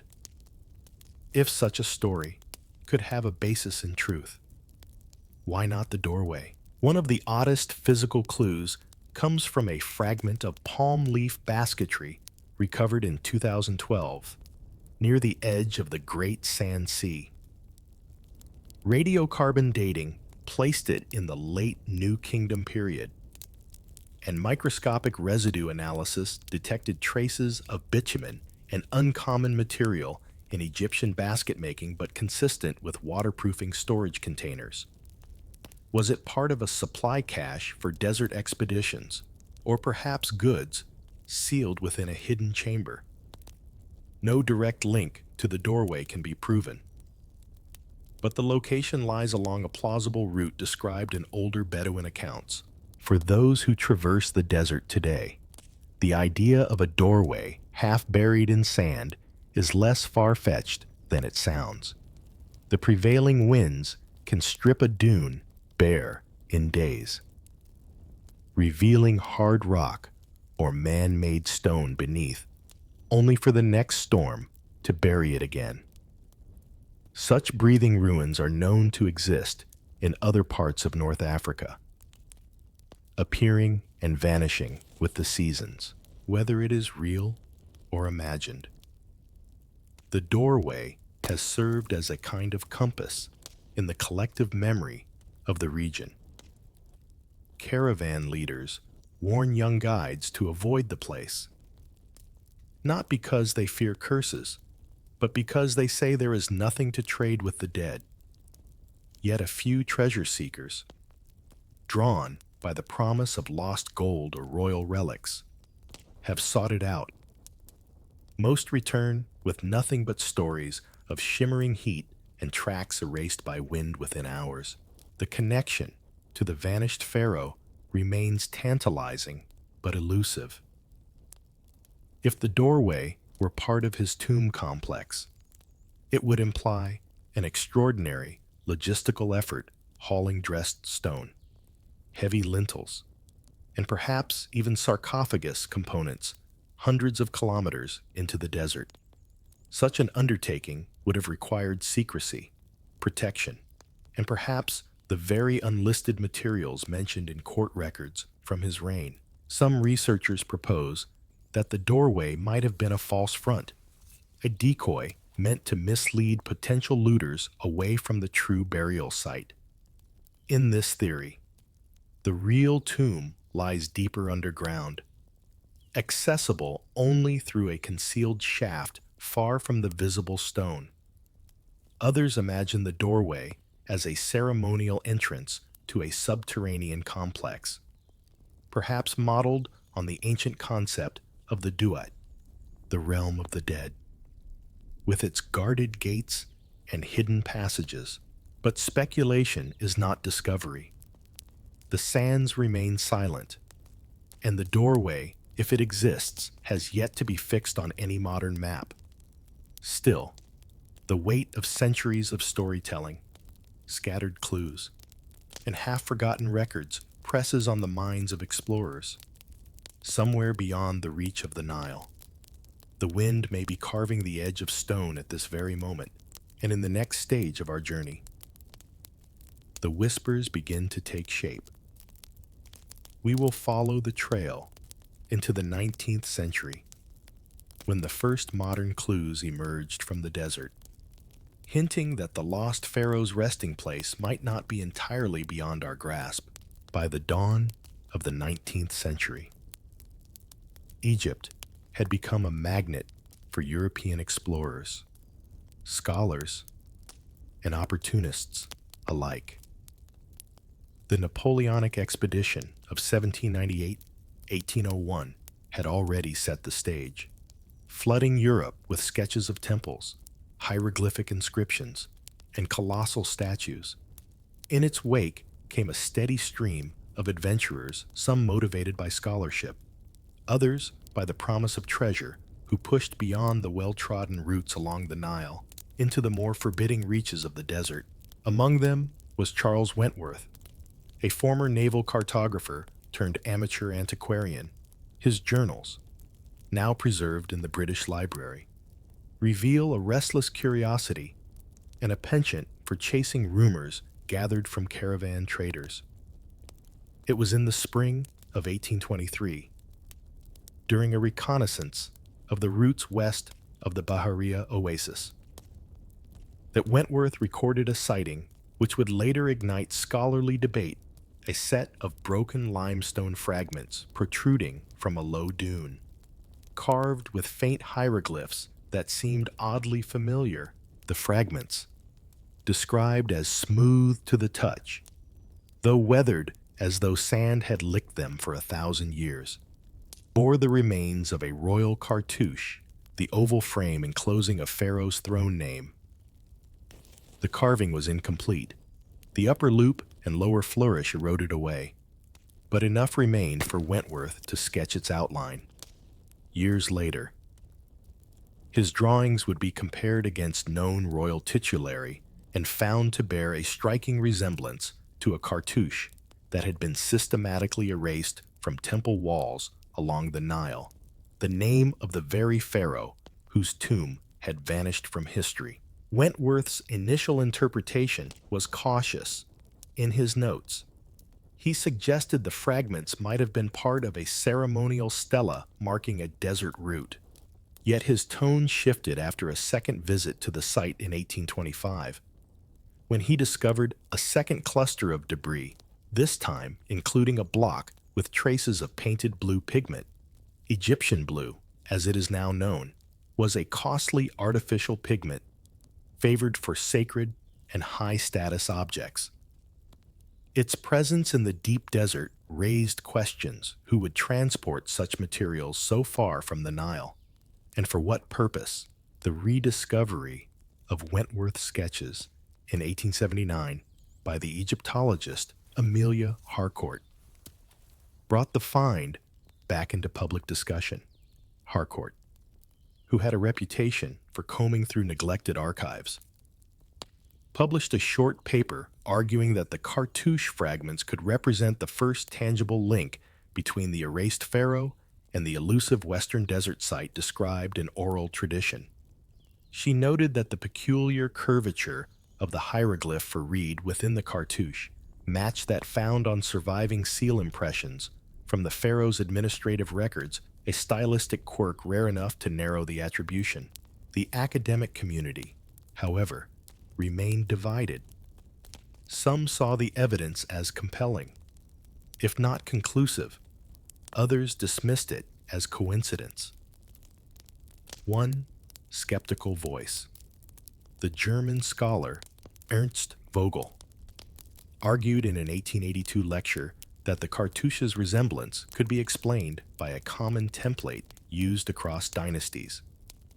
He suggested that without stratigraphic evidence or in situ excavation, the fragments could just as easily date to a later ruler who imitated older styles. Despite the debate, the fragments fueled a wave of exploratory ventures into the western desert during the late 19th century. These were not always well-organized scientific missions. Many expeditions were privately funded, their leaders more interested in securing portable artifacts than in careful documentation.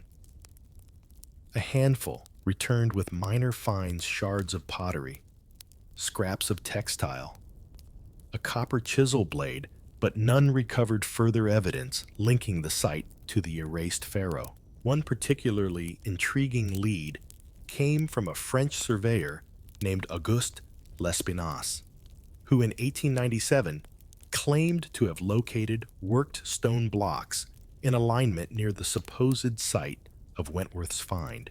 His report, published in a little-known provincial journal, mentioned seeing a third fragment of the same cartouche design, partially embedded in a slope of sand.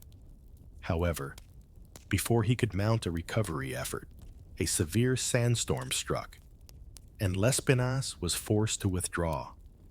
When he returned the following season, the feature was gone, buried, or destroyed. The loss of such potentially critical evidence only deepened the mystery. By the early 20th century, the site had taken on a near mythic status among a small circle of desert explorers. Some insisted the location was cursed, citing the repeated pattern of discovery followed by disappearance. Others believed the desert itself was simply too unstable, that the sands, in constant motion, made permanent identification of any site nearly impossible without immediate excavation. An odd detail, often overlooked in scholarly papers but preserved in local accounts, concerns the texture of the stone fragments. Wentworth described them as unusually dense and fine-grained. Unlike the softer limestone quarried near the Nile, geological analysis of comparable samples from other sites suggests they may have been cut from quarries far to the south, or even imported from Nubia. If true, the expense and difficulty of transporting such stone into the desert reinforces the idea that these were not random markers but part of a deliberate, significant construction. By the time photography began to accompany expeditions in the late 19th century, the original Wentworth fragments had vanished from the field, having been shipped to London for study. Unfortunately, at least one piece was reportedly lost during transport, and the remainder were later misplaced during the relocation of museum collections in the Second World War. Today, only Wentworth sketches, Harcourt's rubbings, and a handful of archival photographs remain. This scarcity of direct evidence has kept the debate alive. Were these truly the first physical traces of the erased pharaoh's lost tomb? Or were they, as Vogel insisted, the misleading remnants of a more mundane desert outpost without new finds? The question remained open, yet the allure of the mystery was too strong to fade. As the 20th century progressed, advances in desert navigation and aerial surveying promised to pierce the sands in ways 19th century explorers could never have imagined. And it would be one such modern expedition armed with maps, manpower, and a daring willingness to follow the whispers west that would set the stage for a dig unlike any before. What they found would not only alter the course of the search, but also raise new questions, forcing the excavation itself to change direction in ways no one had anticipated. The renewed search for the erased pharaoh's tomb gained unprecedented momentum in the early decades of the 20th century. Archaeology was entering a golden age in Egypt, an era when monumental finds, from Tutankhamun's intact burial chamber to entire temple complexes, were making global headlines.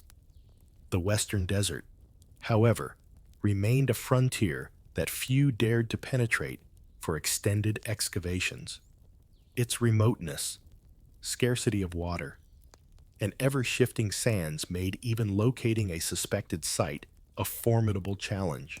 In 1934, the Anglo-Egyptian Desert Survey, under the joint leadership of Dr. Leonard Havers of Oxford and the Egyptian archaeologist Salim Barakat, launched what would become the most ambitious attempt yet to investigate the area described in Charles Wentworth's 19th century journals. Their expedition was unusually well equipped for the time. Motorized trucks adapted for sand travel, portable wireless radios, collapsible water tanks, and a team of both seasoned excavators and Bedouin guides who had spent their lives navigating the desert's treacherous routes. The initial phase of the dig was slow but promising.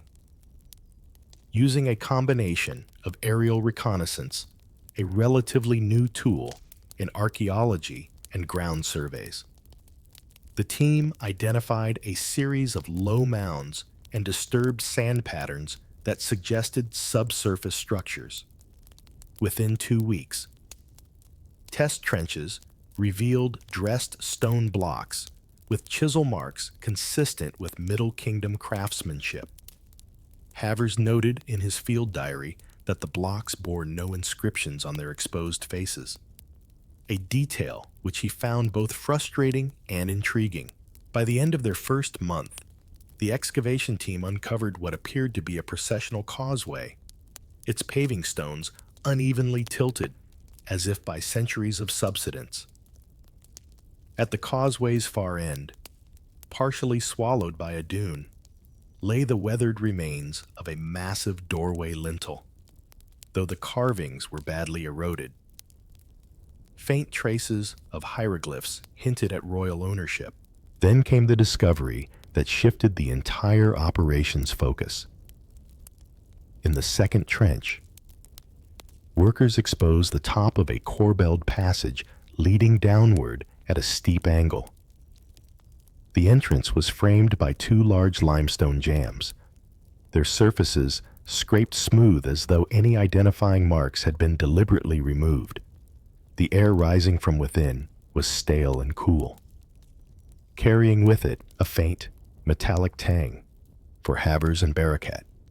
This was the first tangible sign that they might be approaching a sealed interior space.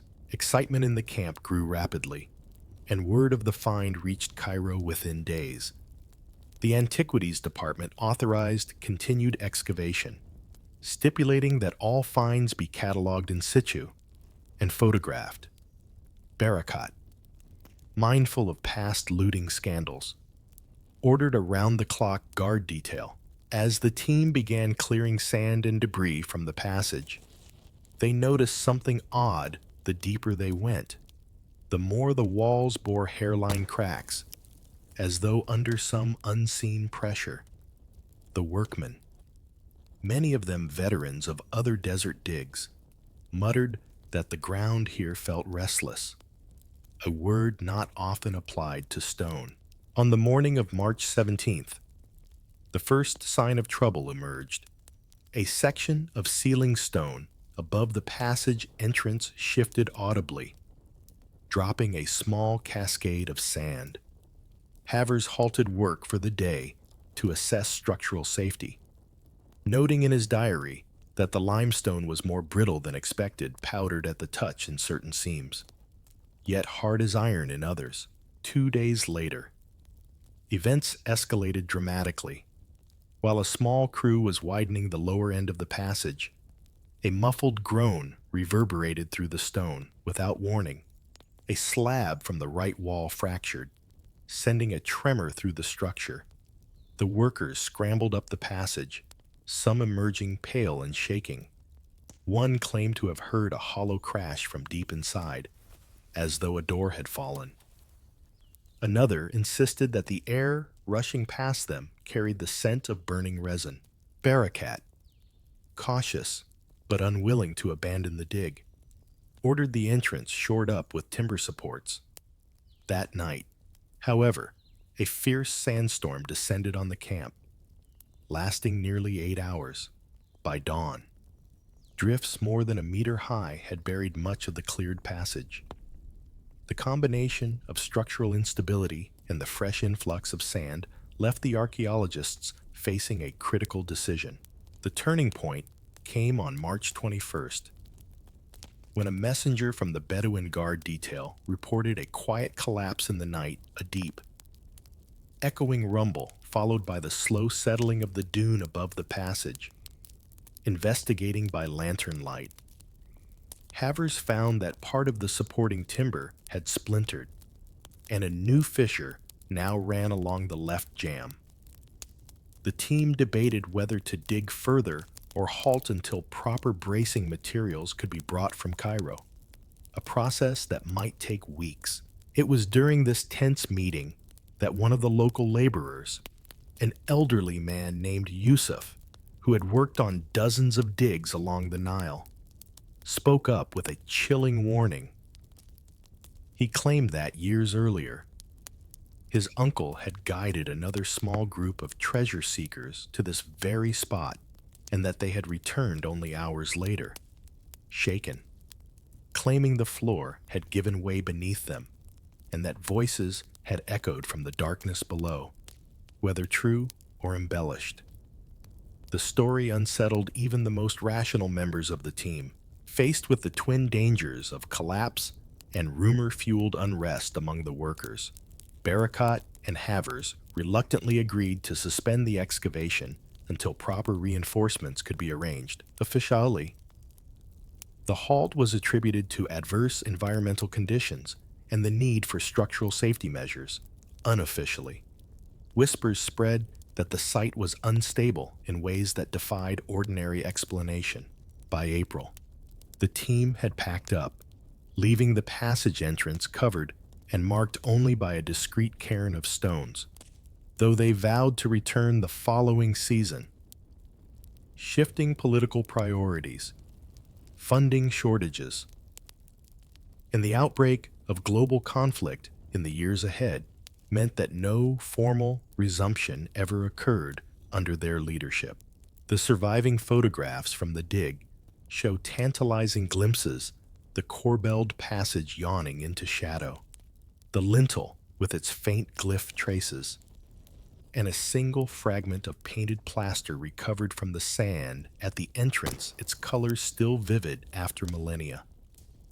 Laboratory analysis, decades later, would reveal traces of cedar resin, a material often used in funerary contexts.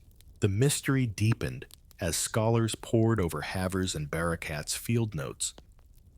Some interpreted the collapse as purely geological, the result of unstable sediment layers beneath the limestone.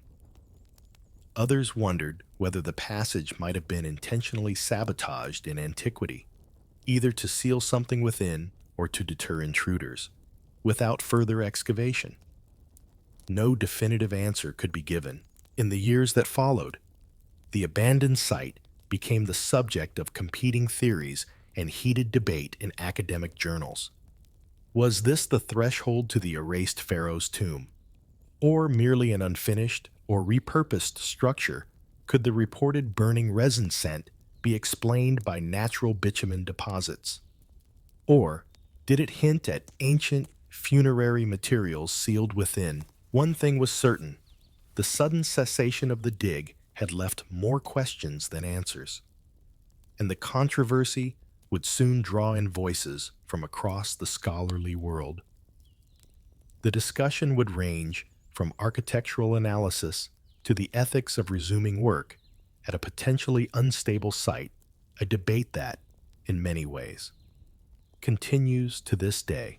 And as those debates intensified, the legend of the collapsing chambers would only grow, casting a long shadow over every future attempt to locate the pharaoh's resting place. The controversy ignited by the 1934-1935 collapse in the Western Desert did not fade with the passing decades.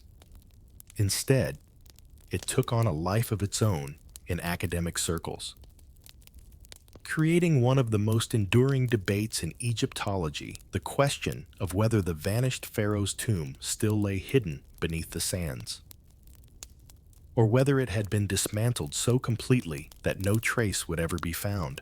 The first camp, advocates of the buried but intact theory, drew heavily on the architectural clues documented by Havers and Barakat. The corbelled passage, the scraped limestone jambs, and the resin-bearing plaster fragment all pointed, they argued, to a construction meant for royal interment. Supporters also noted that in Egypt's history, political erasure of a ruler's memory, damnatio memoriae, did not always entail the physical destruction of their tomb. Sometimes, the erasure was symbolic names and images chiseled away, but the structure itself left standing, sealed and forgotten. Dr. Margaret Elwell, a Cambridge-trained archaeologist writing in the Journal of Egyptian Antiquities in 1962, emphasized that the location's remoteness actually increased the likelihood of survival. A monument in such an inaccessible place, she wrote, would require extraordinary effort to dismantle entirely. Abandonment, coupled with deliberate concealment, would have been far more efficient for the political aims of the time. Elwell even proposed that the 1934 collapse might have been the result of an ancient booby trap, a destabilized section designed to collapse centuries after sealing, discouraging future intrusion. Opponents of this view, however, argued for the dismantled entirely hypothesis. This school of thought held that the pharaoh's successors, intent on not only erasing his name, but obliterating his burial, had dismantled the tomb block by block, reusing the stone in other construction projects. Proponents pointed to known examples of such practices, including the stripping of Akhenaten's temples after his fall from favor, and the systematic recycling of monumental limestone in Roman period Cairo. One of the leading voices in this camp, Professor Mahmoud al-Farouk of Cairo University, published a provocative monograph in 1974 titled The Tomb That Never Was. Al-Farouk argued that the 1934 expedition had likely stumbled upon an abandoned construction site rather than a completed burial chamber. His theory hinged on the fact that no decorated blocks, no funerary goods, and no inscriptions were recovered from the site, not even in fragmentary form. In Egypt, he famously declared, "Royal burials announce themselves in every chip of stone. Here, we have silence." Between these two camps stood a smaller group of scholars who suggested a compromise that the tomb had been partially completed, partially dismantled, and then abandoned, leaving only ambiguous traces.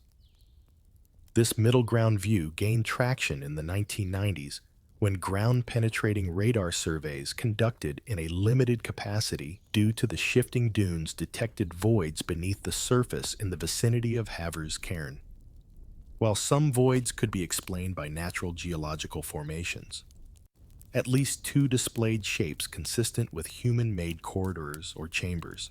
The debate extended beyond the purely archaeological into the realm of historiography and political interpretation. Those favoring the buried hypothesis tended to view the erased pharaoh as a victim of political paranoia, punished but not entirely obliterated. Those favoring the dismantled view often portrayed him as a dangerous figure whose memory and material legacy posed an existential threat to his successors. The former emphasized the economy of concealment. The latter stressed the thoroughness of vengeance. In conferences, the tone could turn unexpectedly sharp. At the 1987 International Congress of Egyptology in Cairo, an audience of nearly 500 scholars witnessed a heated exchange between Elwell and al-Farouk over the interpretation of the plaster fragment's resin traces. Elwell maintained that the cedar resin was conclusive evidence of funerary preparation. Al-Farouk countered that cedar resin was also used in the waterproofing of storage chambers and had no necessary link to burials. The session ended without resolution, but with a buzz that rippled through the coffee breaks for days. Amid this scholarly friction, fringe theories inevitably emerged, gaining just enough traction in popular media to complicate the discourse. A 1998 television documentary speculated without credible evidence that the tomb might have been a decoy, built to mislead potential robbers while the real burial lay elsewhere. Another fringe notion, dismissed by most Egyptologists, suggested that the entire structure might have been a ritual site for a secretive priesthood, unrelated to any burial at all. These ideas, while entertaining for the public, were a constant irritation to serious researchers, who feared the blurring of lines between documented evidence and speculation.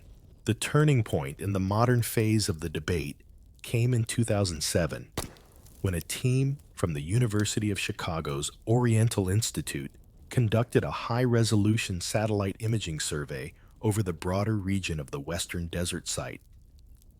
Their preliminary report identified subtle ground discolorations and dune alignments consistent with subsurface architectural remains, while the findings were tantalizing. They were inconclusive. The shapes could equally be remnants of ancient quarrying. Funding for a full-scale excavation was requested, but ultimately denied, due in part to concerns over site stability and environmental preservation. Even today, the disagreement remains unresolved. No team has yet received the necessary permits, funding, and logistical support to return to the site with the combined tools of modern archaeology lidar, advanced geochemistry, and micro-drone imaging. And so, the cairn-marking Haver's abandoned passage still lies in the desert, unvisited by formal excavation teams for decades. What all camps agree upon is this: until someone reopens the site with the safety, precision, and resources that 21st century archaeology can provide, the truth will remain buried, either in the literal chambers of a lost tomb or in the absence left by its complete destruction. The stakes are high. If the tomb is found intact, it could rival the great discoveries of the past century, offering unparalleled insight into a reign that official history tried to erase. If it is proven to have been dismantled, it would stand as one of the most thorough acts of royal obliteration ever recorded in ancient Egypt. Either outcome would reshape our understanding of the Pharaoh, his era, and the politics of memory in the ancient world. But for now, the desert keeps its counsel, and the scholars keep arguing across lecture halls, journals, and quiet conversations at excavation sites half a world away. Yet even as the arguments loop endlessly, a new generation of researchers is turning its eyes to technology that might, at last, pierce the sand's silence. And in that hope lies the bridge to the final chapter of this story, the age of scanning, sensing, and searching for a void in the desert bedrock, chasing the legacy of an absence that has endured for millennia. The dawn of the 21st century brought tools the early Egyptologists could scarcely have imagined. Where Havers and Barakat had relied on shovels, compasses, and sketches, modern teams could deploy ground-penetrating radar capable of reading beneath dunes, lidar scanners mounted on drones, and multispectral imaging satellites orbiting hundreds of kilometers above the Earth. These technologies promised, at least in theory, to resolve the century-old question: did the erased pharaoh's tomb still lie somewhere in the western desert? Or had it been obliterated beyond recovery? In 2012, a consortium of universities from the United States, Egypt, and the United Kingdom launched the Western Desert Remote Sensing Initiative. Over 2 months, a team of specialists flew low-altitude passes along a 200-square-kilometer grid, using synthetic aperture radar to detect anomalies in the bedrock. The preliminary scans revealed dozens of underground features, most of them natural fissures and ancient dry riverbeds, but among them were 3 shapes that raised immediate interest.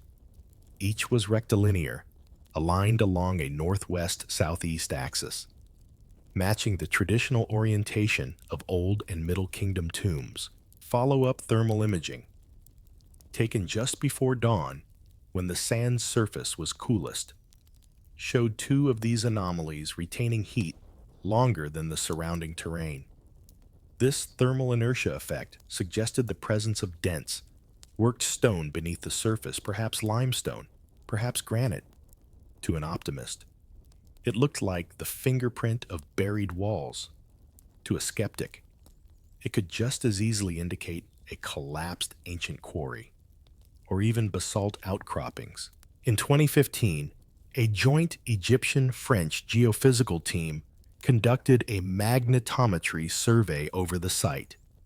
This method, which detects subtle variations in the Earth's magnetic field caused by buried structures, confirmed anomalies in two of the target areas.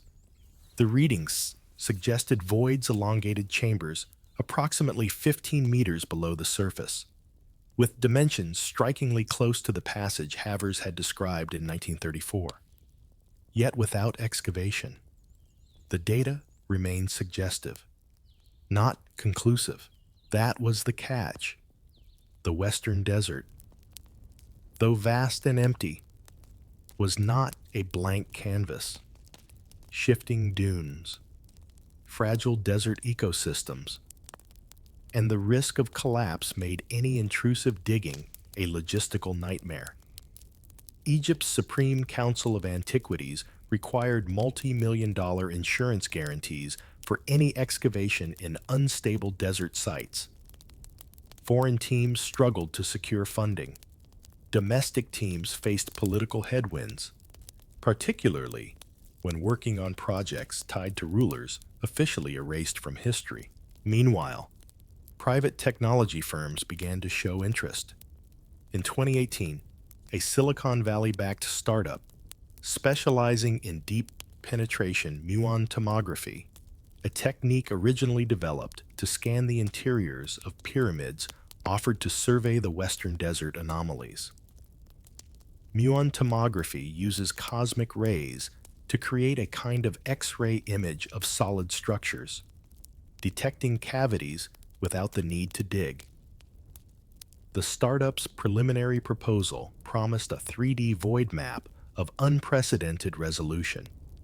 But negotiations collapsed when intellectual property rights over the data became a sticking point. The years passed in online forums and conference corridors. The tomb or no tomb debate continued, still drawing on the same fragments of data, the same contested resin sample, the same unresolved collapse of 1934. Yet the new technology kept improving. By 2022, hyperspectral imaging satellites could not only detect subsurface structures, but also identify mineral compositions from orbit. In theory, they could distinguish between limestone quarried for construction and limestone in its untouched geological state, potentially differentiating worked walls from natural rock. A test scan that year produced an image that sent ripples through the Egyptological community. Beneath a dune less than 3 kilometers from Havers Cairn lay a linear formation of stone whose spectral signature matched fine Tura limestone, the high-quality material reserved for elite tomb construction. It was narrow, perhaps just a corridor, but its position and orientation were tantalizing. Still, the find was not enough to justify a full-scale dig. Without confirmation, it remained one more entry in the long list of possible locations for the lost tomb. And so the legacy of absence deepened. The site had become more than a possible burial. It had become a mirror reflecting the ambitions and limitations of archaeology itself, for some. This was a philosophical turning point. The erased pharaoh's tomb, whether real, destroyed, or imagined, now functioned as a kind of void in the historical record. A space into which each generation projected its own desires, fears, and methods. Early 20th century adventurers sought treasure and fame. Mid-century scholars sought academic certainty. Late-century technologists sought to test the limits of their machine. All found themselves staring at the same sand, waiting for it to yield a secret it might never give up. In lectures, historians began using the lost tomb as a teaching tool, not just about ancient Egypt, but about the fragility of historical memory. Here was a ruler who had commanded resources, labor, and artistry on a monumental scale, and yet whose physical trace had been deliberately stripped away, whether the tomb lay hidden or had been demolished stone by stone. The effect was the same absence. The absence was not accidental. It was curated, maintained, defended. It was, in a strange way, a monument in itself. Even local Bedouin guides, whose grandparents had once led havers and barakat across the dunes, spoke of the site in hushed tones. To them, the cairn and the shifting sands were a reminder of how the desert could swallow anything of Pharaoh's pride, a foreigner's ambition, a century's worth of speculation. The sand remembers, one elder told a visiting journalist in 2019, but it does not speak to everyone. In 2024, a small crowd-funded expedition attempted a non-invasive survey using lightweight lidar drones. The team was composed mostly of graduate students and independent researchers, armed with modern sensors but operating on a shoestring budget. Their data hinted at the same anomalies recorded in earlier surveys, nothing new, but confirmation that the heat signatures and magnetic voids had not shifted in decades. The findings reignited online debates, spawning a fresh round of articles, podcasts, and speculative YouTube documentaries. The legacy of absence persisted. It was now layered, the ancient absence of the pharaoh himself, the modern absence of definitive proof, and the cultural absence created by a century of near discoveries. Each layer reinforced the others, making the tomb's mystery feel less like an unsolved puzzle and more like a permanent fixture of the historical landscape. And so the story closes, not with the crash of a chamber door or the gleam of gold under torchlight, but with the soft hum of satellite sensors, the ghostly outlines of subsurface scans, and the wind brushing over dunes that have guarded their secret for millennia. Whether the pharaoh lies in a hidden void beneath the western desert or in the unmarked oblivion of dismantled stone, the effect is the same, a silence that challenges human certainty, a space where history ends and imagination begins. In that silence, perhaps, lies the truest monument of all, one that will endure as long as the desert's horizon remains unbroken.